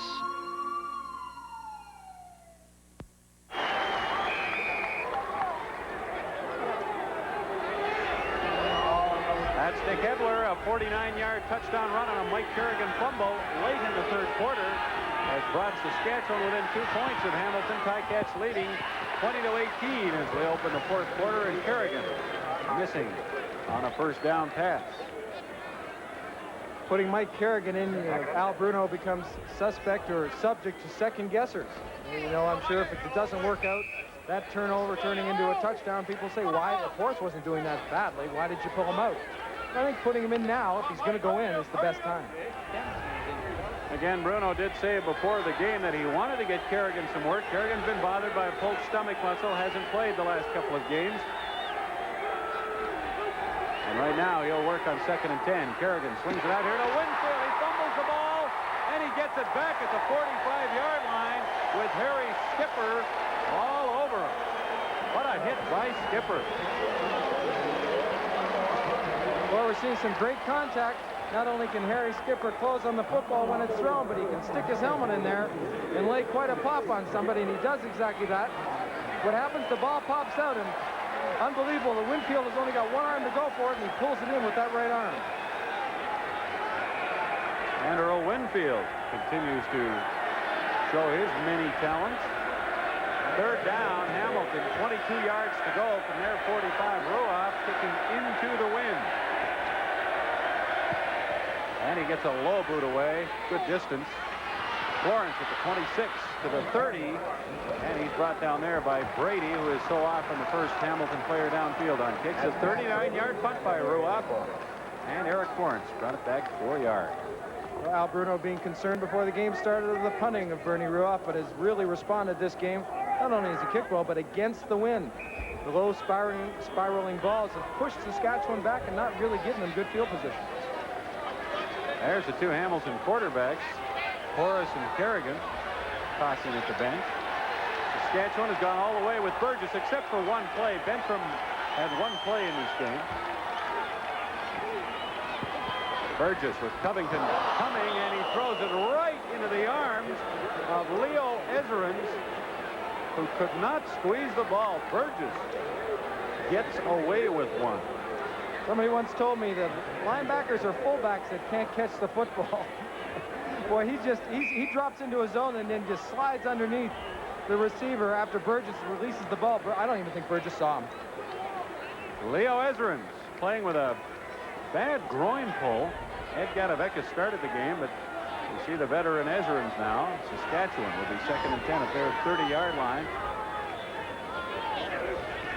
Burgess back to pass. Covington misses him.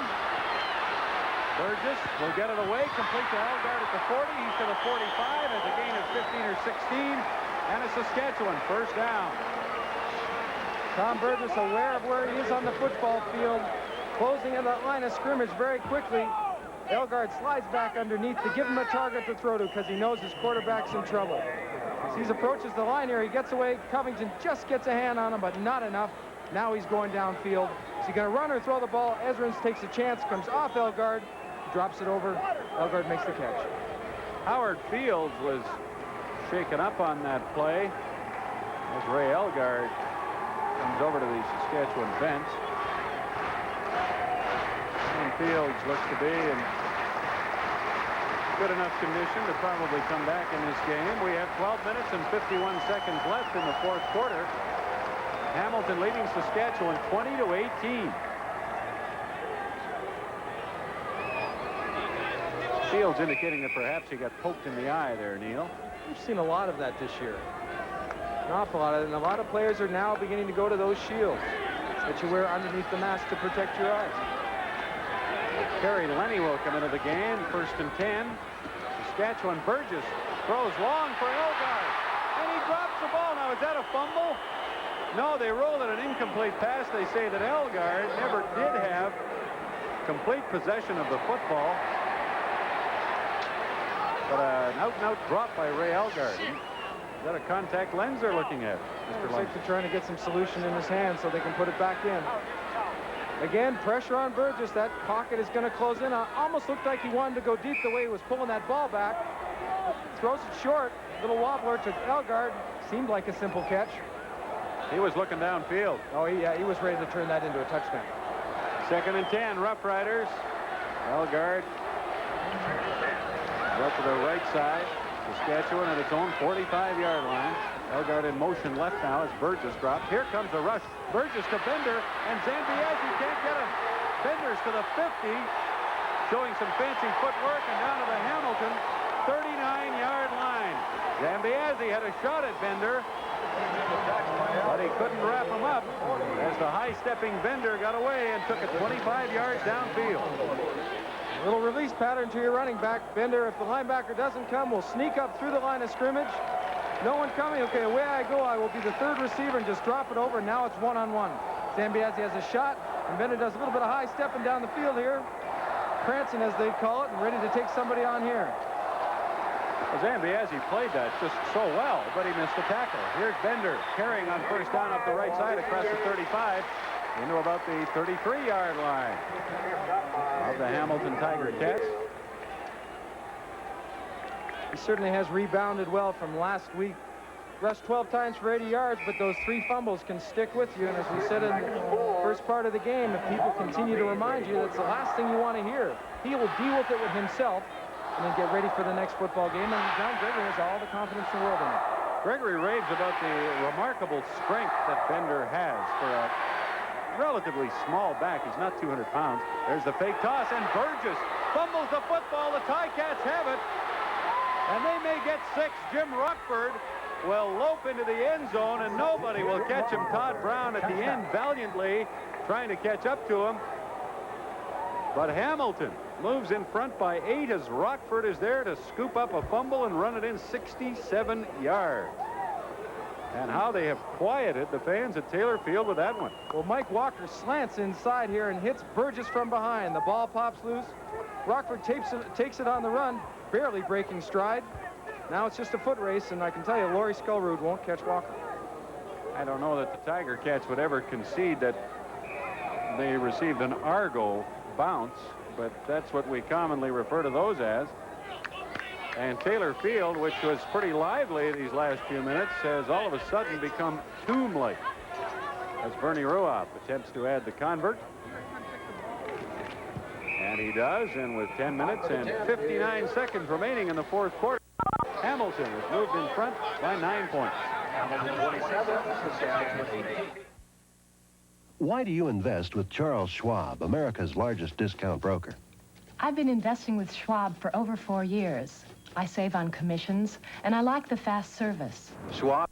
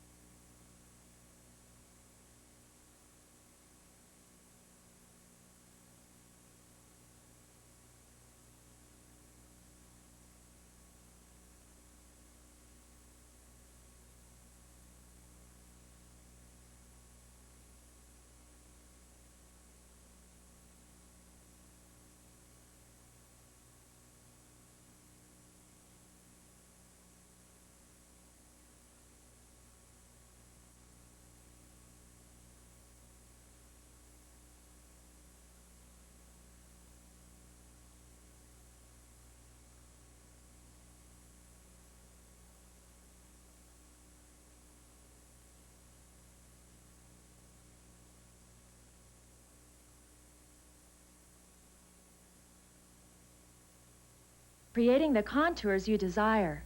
Like these thighs, this trim waist, this bust line, and you won't believe the price.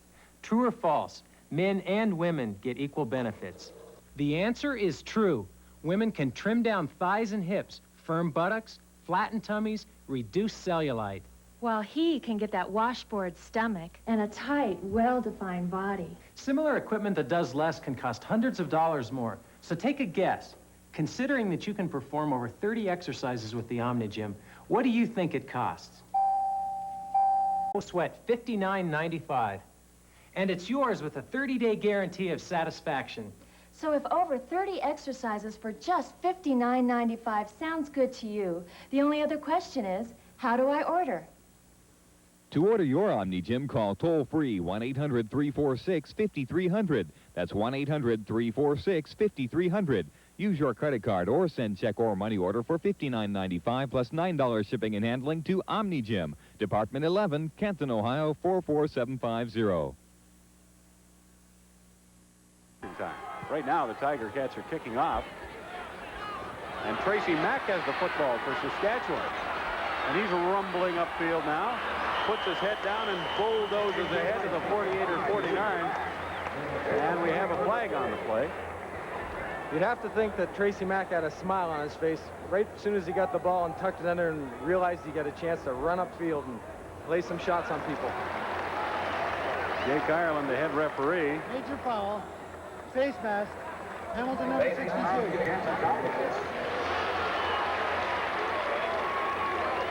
Lloyd Fairbanks called for a face mask for Hamilton. So the attack a few yards on to Tracy Mack's return, and the ball's on the Hamilton 47-yard line. Instant field position. Indeed. Saskatchewan with the wind in this fourth quarter. They are trailing 27-18. But they're first and 10 at the Hamilton 47-yard line. Tom Burgess. And he puts it up long for Tron Armstrong, and he can't get it. Closely covered by Kerry Parker down at the 20-yard line. We expected to see Saskatchewan work on Parker a little bit more than they have. They've gone his way a few times, but not quite as often, Neil, as we thought they would. Well, he came up with an interception early, and that might have cooled Bencham down, or Burgess down as far as going after him. Maybe feels that they don't have a chance to be effective in that area, and there's other things that they can be more effective at. Second and 10 Roughriders, Hamilton 47. Burgess looking for Elgard, and it's picked off by the Hamilton Tiger Cats. Alvin Bailey with his second interception of the game. He returned one earlier for a touchdown. Elgard broke one way and the football went the other, and Bailey had an easy pick.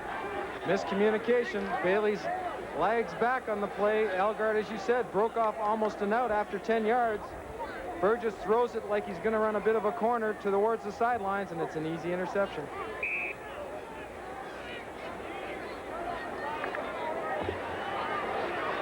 Timing is so important. If you're not familiar with the routes your receivers are going to run, you're going to get yourself in big trouble, and here's a classic example. So Hamilton takes over. Kerrigan on first down throws a quick out for Stapler, but he was well covered by Magruder and couldn't get to the football.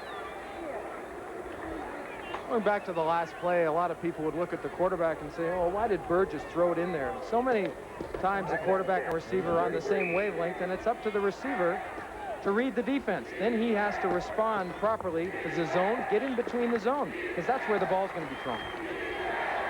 We've had a look at the turnover story in this game. Hamilton leading 27-18, second and 10 at their own 33. 9.5 minutes left in the fourth quarter. Kerrigan pump fakes. Now he throws. Winfield is all alone at the 36. He's to the 40. Look at Winfield. And he runs out of bounds at the Saskatchewan 37-yard line after putting on some of the niftiest moves that we have seen this season. He's just making the tacklers miss. It's not necessarily sloppy tackling. It's his moves and ability to get out of the way. He just makes it tough on defensive backs. Simple flat pattern. Again, he's probably the third one receiver that the quarterback will look to, and now they just say, okay, get us a first down. He just missed. He makes him miss 3 tackles. Well, this guy, Winfield, looks like he is something special indeed based on what we've seen of him in his first 4 games in the CFL. He has put Hamilton at the Saskatchewan 37-yard line. Ken Zachary a first down carry. And he's across the 35 and into the 31 of the Roughriders for a gain of 6. We talked to Bruno before the game about moving Winfield inside. He said, well, that's where we had him at training camp. He's comfortable inside. He's not afraid to stick his nose in and throw some blocks, so we'll move him back in there. Well, the Saskatchewan cheerleaders trying to get the fans in Taylor Field going. They want to see something good happen for their team, though, before they're going to oblige. Hamilton now, 2nd down and 5 from the Saskatchewan 32. Kerrigan has a man open over the middle. It's Dan Hucklack. He's inside the Saskatchewan 25 to the 24, and he'll have a first down. Kerrigan's doing a good job right now, mixing up the offense. A little bit of run, a little pass deep, a couple of flat patterns. I think he's got the Saskatchewan defense on their heels. Not really sure what they're going to run. You know, Hucklack thought about retiring after winning a Grey Cup with Hamilton last season, but they wanted him back, and he returned for yet another CFL season, his 9th. And he's been very effective for them in the early going of the season. 1st and 10. Ticats, Saskatchewan 24. Kerrigan looks for Stapler, but he didn't get turned around in time to really go after it. And the defensive back, Magruder, had a better shot at it. Good coverage. Stapler just didn't break the pattern off early enough. It almost looked like Kerrigan was trying to make him run to the corner, that little pylon for the end zone, because that's where the pass was going. 7 minutes and 37 seconds. Bobby Jurison, I don't know whether he was shaken up on that last play or not. 7:37 left in the 4th quarter. Hamilton in front, 27-18. 2nd and 10 at the Saskatchewan 25. Kerrigan throws, and again, it's nowhere near the intended receiver. And we have a flag on the play. Thrown in the area of the offensive line, and generally that will mean holding.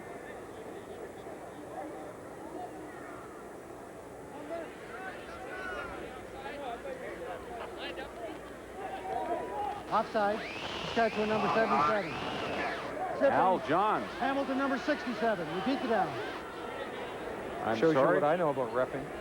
Offside Hamilton, or Saskatchewan, and tripping against Hamilton. So they'll repeat the down. Hey, the temperature's dropped at field level. Oh, it's really cooled off. It was up at 40 Celsius a minute ago, and now it's down about 35. But the sun is still beating down on the Taylor Field playing surface.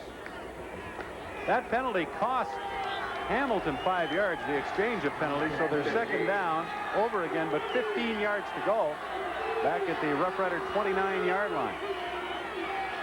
Kerrigan, here comes a rush. He gets it off, though, and it's complete to Hucklack at the 22-yard line. He's thrown out of bounds. He's 8 yards short of a first down, but gets Bernie Ruoff a little bit closer for that upcoming Hamilton field goal try. Maybe 3rd down and 7. The thing about Hucklack is, Neil, he very seldom misses an assignment. He's always where he should be. He runs all of his patterns and plays precisely, and put a lot of value on that. Coaches do, guys who don't foul up. Oh, they sure do. The consistency and the mental preparation and that experience factor that Bruno likes. 29-yard field goal try by Ruoff into the wind. Porras is holding. The ball is down. Ruoff has it in the air, but he's wide to the right. Look at the wind blowing up. Fuller reaches out to grab it and bring it back into the end zone. He remained in the end zone for a single point. There was a flag on the play. I don't know if there was no yards against Hamilton or not.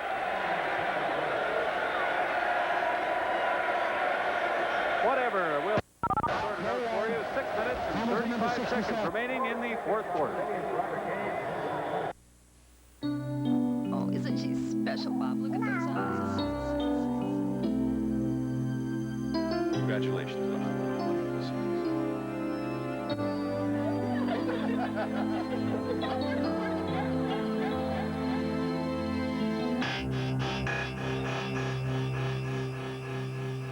You've got a lot on the line. Don't blow it with cocaine. This message brought to you by the Washington State Medical Association. The greatest Hollywood stars. The greatest Hollywood movies. That's what you get on American Movie Classics. It's the one cable channel that brings you only Hollywood's best. In prime time, without commercials. 50 great years of Hollywood on one great channel. American Movie Classics.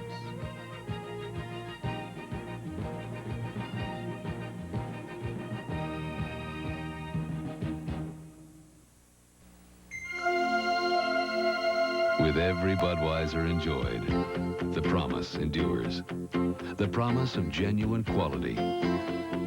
Quality you can taste. Clean, crisp, Beechwood aged Budweiser. Always certain, always satisfying. Because we know you wouldn't have it any other way. That's why this Bud's for you. Another beautiful Monday. Coast, the scent opens your eyes. Coast to leather, and you realize that coast is the way to make you feel alive. Coast, feel alive. Sure beats snow. Feel alive with Coast.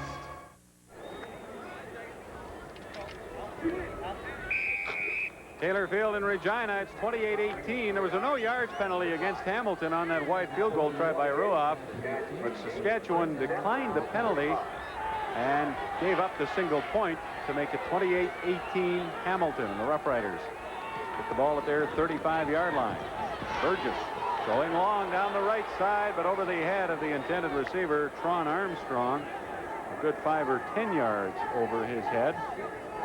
Kind of interesting to look down at the Saskatchewan bench as John Gregory is there, and most of the second half, Jeff Bentram, the backup quarterback, has been standing right beside Gregory. In just this moment when we shoot it for you, oh, there he is. Yeah, he's right behind him, and you know what he's thinking. Neil, we know what Bentram's thinking. Well, if I was Bentram, I'd think I'd like to get in the game and win this one. Let me in this one.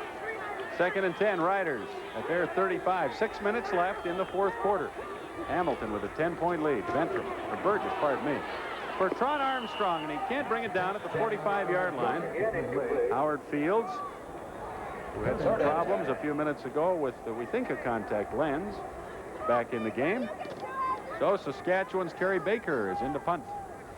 Last week against Ottawa, Saskatchewan used the running backs very effectively, Bender and Conrad, and we haven't even seen Conrad touch the ball today, whether it be running out of the backfield or taking a handoff, and I'm wondering if there's a reason for that. There's, you know, if he can get out of the backfield, if he's not helping the block, just another weapon downfield. Baker punting on 3rd down. With the win, gets a good bounce. Wayne Lee fumbles it back at the 20, and it goes out of bounds at the 14-yard line of the Hamilton Tigers. We have 5.5 minutes left in the fourth quarter. I saw there was an image behind drinking, the people that drank, that they looked older and sophisticated. I was 11 when I lost my virginity to a guy who was 17, and I was drunk. Sometimes I'd sleep in the woods. If I didn't sleep in the woods, I slept on the corner. If I didn't sleep on the corner, I slept at someone's house who I didn't even know. Hey, yo, alcohol is a drug, and you can get hooked on it. And the younger you start, the more damage you can do. If you want to be somebody, have a family, have a future, just say no. Say no and say yes to your life.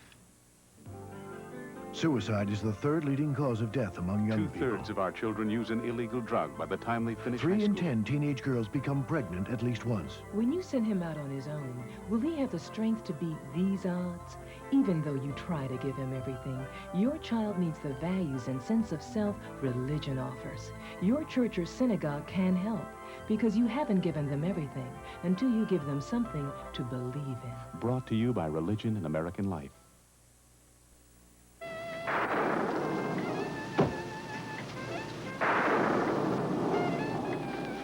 Hi. I've been looking all over for this terrific video cassette I heard about. It's called Not So Great Moments in Sports. Like one scene is where Billy Martin tries to give an ump a shoe shine. That's a fantastic video. My favorite part is where John McEnroe plays tennis with his orange juice. I hear there's a scene where Reggie Jackson protests a Gaylord Perry spitball with a visual aid. Yeah. I love it where a kicker tries to play quarterback. Not So Great Moments is 45 minutes of the funniest sports footage I've ever seen. Great, so you have it. No, it's not in video stores yet. Now what do I do? You get it free. Let me understand. You don't have the video, but you're going to tell me how to get it free. Right. Am I missing something? You're missing out on Sports Illustrated. Sports Illustrated? I love SI. What does Sports Illustrated have to do with it?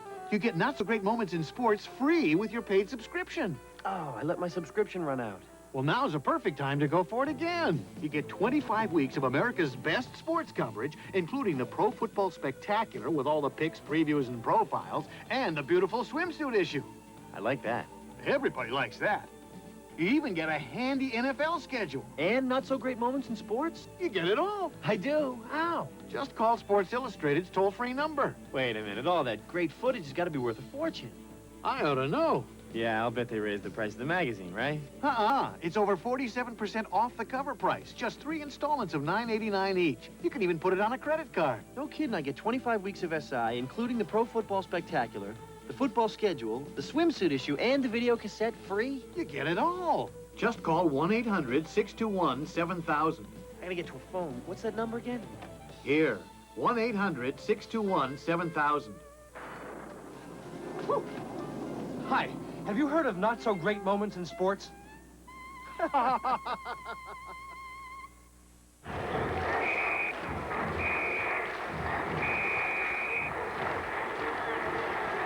2 minutes, 58 seconds left. Fourth quarter, Hamilton up by 10, but Saskatchewan on the Ticat 2-yard line. First and goal. Bender and Cochran behind Burgess. Hand off to Walter Bender. And he's in for the touchdown. Just got there. Walter Bender brings Saskatchewan within 4 points, and a convert will pull them within 3. Once again, Walter Bender gets to show his abilities down deep. He's got a nose for the goal line. Terry Cochran takes it to the outside, and Bender goes inside. A good block by Roger Aldag, and just breaks the plane of the goal line. Doesn't have to stay over there for long. That's the second 2-yard touchdown plunge of the day for Walter Bender. And assuming Ridgway makes this convert, which we tend to take for granted, we have a 3-point game with Saskatchewan trailing Hamilton 28-25. Now, the first ever regular season overtime game in CFL history was played between these two teams last year, right here at Taylor Field. It ended in a 21-21 tie, and we certainly have the specter of overtime looming now. The battle in the pits, the nice holes opened up, and it's closed quickly by Paul Bennett. Stays a little bit too low. Bender goes up over top and in for the touchdown. Some of the members of the Tiger Cats told me yesterday we can't play overtime today. Asked them why not. I said, well, they're holding the plane 20 minutes as it is. If we play overtime, we'll never get back home.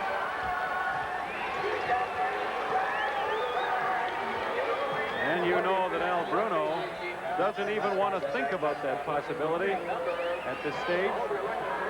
His club had a 20-8 lead in the third quarter, but Saskatchewan has shown determination in battling back and are now within 3. Here's Earl Winfield on the kick return.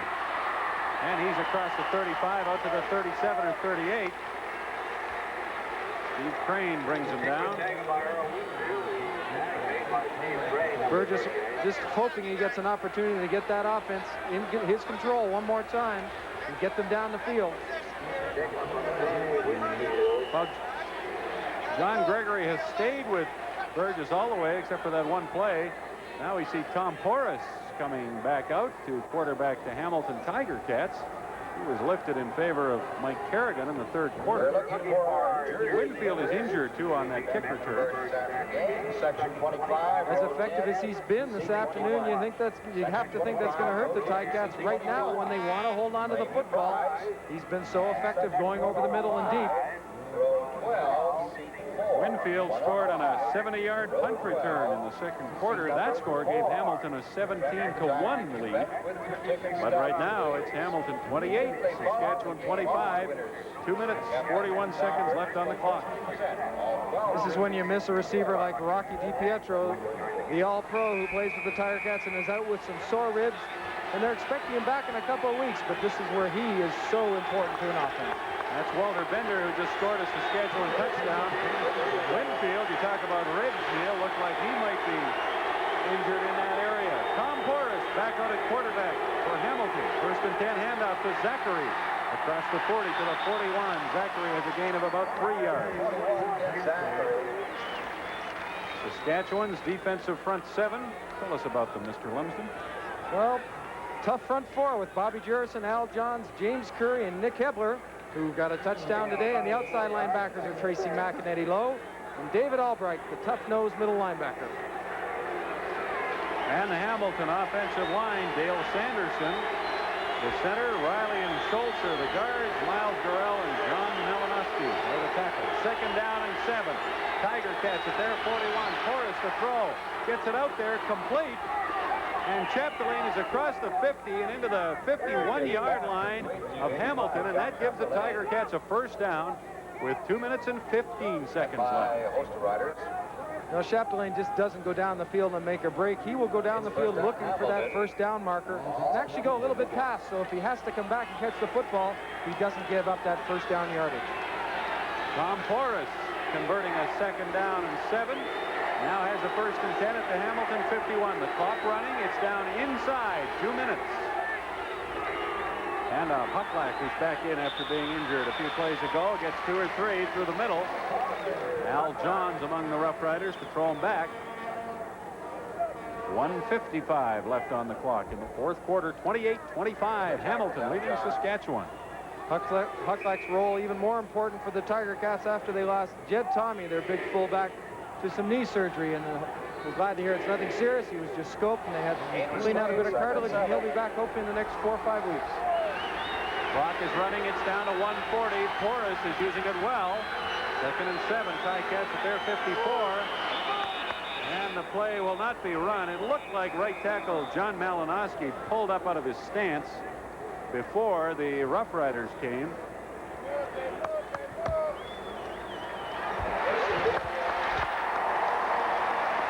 And that is exactly what happened. And it'll cost Hamilton 5 yards. Al Bruno wanted to reduce the penalties his team has been taking, but not so today. They've taken 14 of them. That's too many. Second down over. 12 yards to go. Ticats, 1:35 left. The clock won't start after the penalty till the ball is snapped. Porras in the pocket, throws over the middle. Winfield has it at the 50, down at the 48 by Trent Bryant. But Earl Winfield, injured 3 plays ago, comes back in the game, makes a big catch, and is hurt again. The big play man has been so important to this team, not only as an offensive receiver, but returning kicks. And it's just had an outstanding game. They're blitzing. The Saskatchewan blitzes their linebackers. Porras gets Winfield in a one-on-one situation, and he likes that, and he's about a stride and a half ahead of the defensive back, makes the catch in the first down. Pulls up a little bit lame with a sore knee. Gotta like the job Porras did on that one, too. Second and 11. He's converted back-to-back second down situations, Neil. He's been very cool. We've noticed that ever since he got into the game. Interesting, before Porras ever got a chance to play for this team as a starter, Ben Zambiazzi told me that he had the best training camp, and he wouldn't be surprised if some injuries hurt their quarterback. As we're looking at Kerrigan and Porras trying to figure out what they're going to do in the next series, that Porras could be the guy to take them to another cup. They have that much confidence in him. And it's easy to see in the games he's played why they feel that way, because he has done nothing but look most impressive. Winfield limping off. It's been a rough day for him, at least in the latter stages of the game. It appeared to be a rib injury and now an ankle problem, maybe. Hamilton, 1st and 10. Saskatchewan 48. Roughriders have to stop the Tiger Cats on this series. Hucklack right side, popped at the 45, slides off, gets to the 44, maybe the 43, with 1:10 remaining in the 4th, and Saskatchewan trailing Hamilton by 3, 28-25. Hucklack head on with Tracy Mack. David Albright closed the hole quickly and met Hucklack square on, fullback and middle linebacker. Great confrontation. Clock is running. 59 seconds. You can see it now. 2nd and 5. Ticats 2nd and 6 at the Saskatchewan 46. Here's a pass, and it's caught by Chet Delane down at the Saskatchewan 38-yard line. He is very close to a Hamilton 1st down, close enough that they would gamble for it. And with 50 seconds left, if this is a 1st down or they get it on the next play, it's all over, I would say, for Saskatchewan. Of course, barring a turnover or any such turn of events like that. Here's a measurement. Well, you'd think that they'd go for it, but Al Bruno went for a 1st down situation earlier on this year. Looked like a sure thing, less than a yard, and didn't make it. And it turned out later in the game to hurt him, having not gone for the 3 points. So the Tiger Cats are inches short of a 1st down. 50 seconds left on the clock, and Hamilton will go for the 1st down at the Saskatchewan 38-yard line.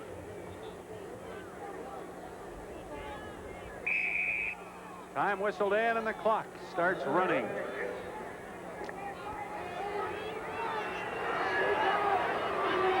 Third and inches, Ticats. They lead by 3 points.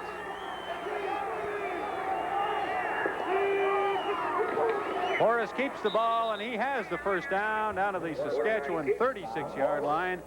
And with 31 seconds left to go, Al Bruno and the Hamilton Tiger Cats would seem to be comfortably on their way to their 2nd win in 5 starts, although Saskatchewan does have a timeout left. Yes, they do, and we spoke about that comfort factor, the way things have been going for Al Bruno. I don't know if he'll be comfortable today. Inside 20 seconds now. Ticats come out over the ball at the Saskatchewan 37. And it's the snap and kneel by Tom Forrest. The clock down to 9 seconds, and the Saskatchewan Roughriders now call their timeout. So the clock won't start running until the snap of the ball on the Hamilton 2nd down. But the Tiger Cats will use up a couple of seconds on that one and then can run it out on the 3rd down play. So barring one of those incredibly freak bad snap turnover deals, Hamilton is going to win this game. Bad snap turnover. We've seen some wild plays today. Mike Kerrigan pulling the ball down and looking like he wanted to release it downfield, and the thing just popped out like a grape. Nick Hebler getting a chance to score a touchdown, one I'm sure he wished would be enough to win the football game for them, but Saskatchewan again has played hard.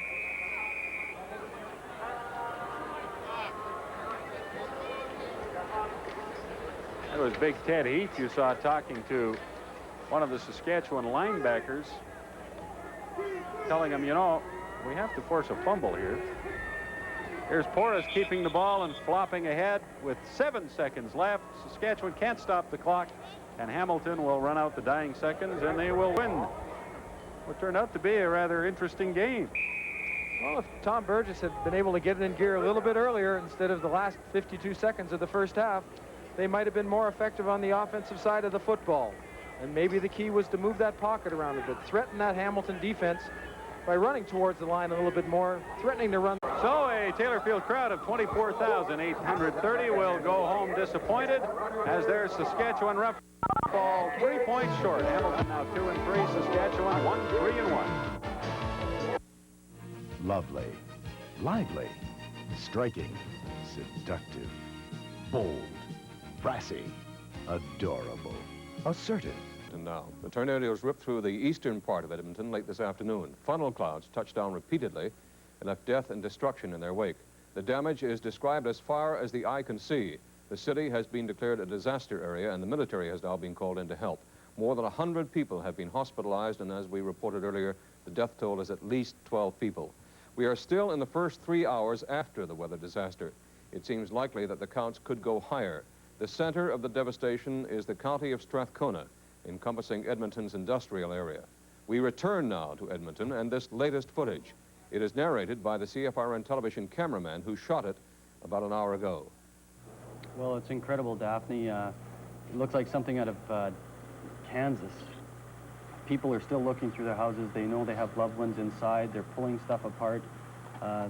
Damage like that before nobody's ever seen. They've got a temporary hospital set up in the food store, as well as another morgue. Firemen are calling for people, still searching. Approximately 200 trailers have been wiped out and lifted off the ground. Rick, we heard that there are 6 confirmed dead. Did you see any bodies? Yeah, they're still finding people at this moment. Traffic's tied up. A lot of street lights are still out and traffic lights are still out. Did you talk to anyone who was there when it hit? Yeah, I talked to one eyewitness who was in a trailer at the time, and he said he just got down under the kitchen table and just rolled into a ball. And he said it was amazing to see people crawl out of this thing alive. There were trailers that were not damaged? Yeah, it took out a section of the trailer park. There's approximately 600 trailers in this park, and it came right through the middle of it. It looks like there were leaks of water, obviously. What about gas leaks? Any danger? They had the gas people were out and shutting off lines at the time. But no fires? No. What's the emotional state of the people in the trailer court? General shock. People are actually pulling together quite well and try and help each other out. A lot of people just showing up on the scene and they don't know what they're going to find when they get there, and they're just kind of you know, looking around, pretty lost, actually. Were you there when the air ambulance arrived? Yes, they're making several trips back and forth. I was just going to say that as it happened around 5 o'clock, I would imagine not everybody would have been home from work at the time. Were there a lot of people in the trailers? Had you heard from anybody? Were there a lot of people that they were afraid were trapped inside? Or? Yes, there's one man who's actually pulling his trailer apart, looking. He supposedly has 4 children inside. Oh, my God. And he hadn't found them? No, they're still searching. They're bringing in heavy equipment to pull parts of the trailer out because they're like stacked on top of each other. We don't see people from the trailer court around. Did the authorities clear them out right away? A lot of them are. There's a bunch of people looking around, but there's not much they can do. Who's this fellow? He is just a neighbor, I guess, helping someone. They're looking for people in there, and any bigger pile of rubble is where they're searching for bodies. What were the main injuries that you saw? Well, were they broken bones? Yeah, they were in the store. They were actually operating on people's legs, trying to close up their legs, and people with cut noses and eyes and from flying glass. When we were listening to the emergency services radio earlier this afternoon, the police, the firemen, the ambulance workers were having a heck of a time getting to the sites where the tornado touched down because of the water on the roads, and they felt almost helpless at times, unable to get to the trailer court such as this. Yeah, most of it seemed that the traffic is so backed up, just from general it being rush hour, and a lot of people trying to get home to see what the damage is, that the ambulances are coming along the sides and trying to drive down the other side of the road. Were you there when the second storm began to develop about a half an hour ago? Yeah, I was just leaving, and it's quite a wind, and since it didn't seem to build as much as it did the first time, boy, oh boy.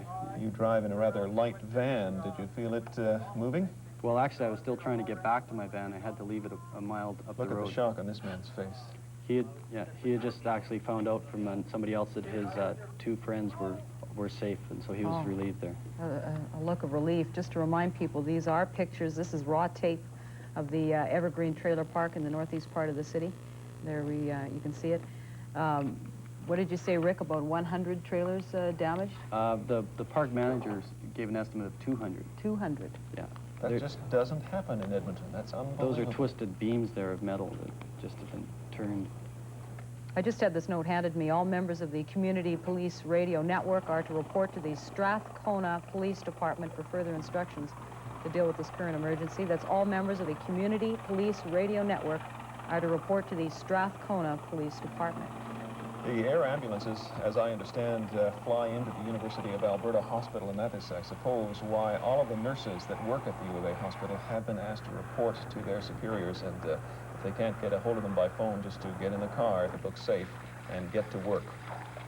I can't believe what I'm seeing. This is just amazing. The Aid Services of Edmonton has opened up to phone lines for the public to refer them on to the proper emergency numbers. So if you're in doubt, we have, I hope you're not going to be confused by these 2 more numbers. It's the Aid Services of Edmonton, and they're a clearinghouse. They'll put you to the right people. 426-4252. I'll just give you one of them. 426-4252. And they will help you get to the right emergency people if you're needing shelter tonight. By the way, Ricky, just a second. Ricky, we're pointing to the pictures right there. What was it we were seeing? That's the fellow right there. They've, if you listen to the audio here, it might help. There's nothing in there that I can find. There's no answers. This is the fellow who's looking for his children. One fella over the stairs in the back there 6 minutes ago. He had 2 girls at home. The trailer somewhere here. There's a box here. There's something around that. This is one frame there, and there's another frame out here. he must be in a state of shock. Incredible.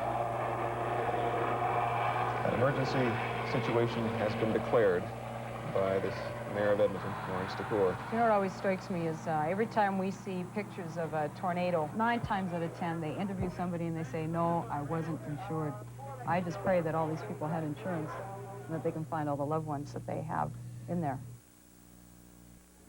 Scenes of the aftermath of today's tornado in the Edmonton area. 12 dead so far, hundreds more have been injured. We've also been asked to tell you that the phone lines into Edmonton quite naturally are jammed by concerned people, and if you would try to make a call now, you would not get through, so please stop trying. We'll have more details on the Edmonton storm as we get them, and we'll be back in just a moment.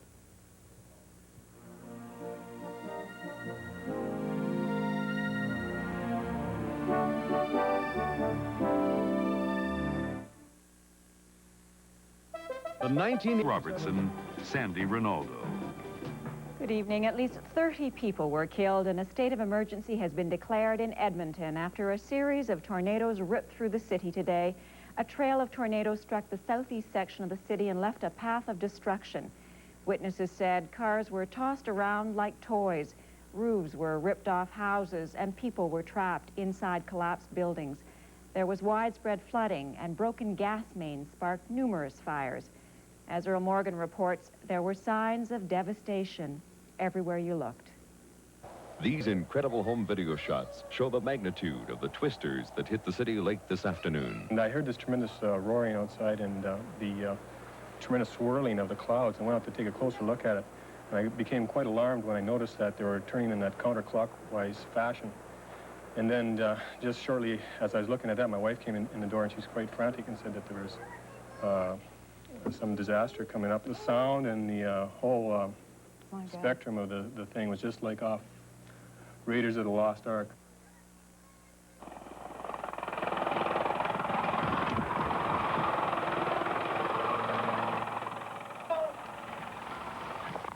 One of the worst hit areas of the city was in the northeast, where another twister went through the middle of a 600-unit mobile home trailer park, destroying 200.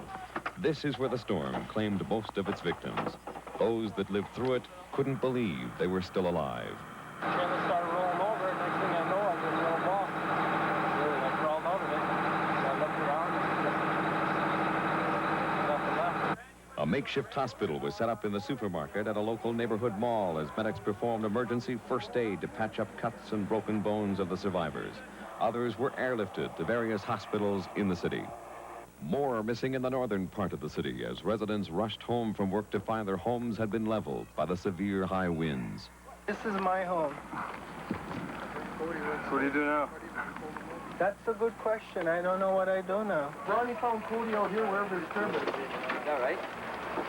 So she said that Ronnie started screaming and freaking out, and he started yelling for Cody, and he seen 2 feet sticking out, and he cleared a bunch of stuff, and he pulled them out. This used to be my living room. What's left of my living room.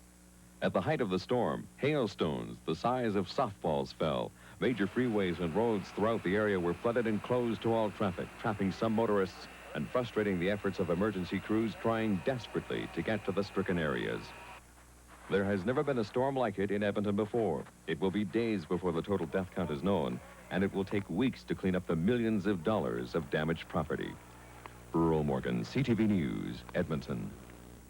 The city's industrial park, known as Refinery Row, was also devastated. Emergency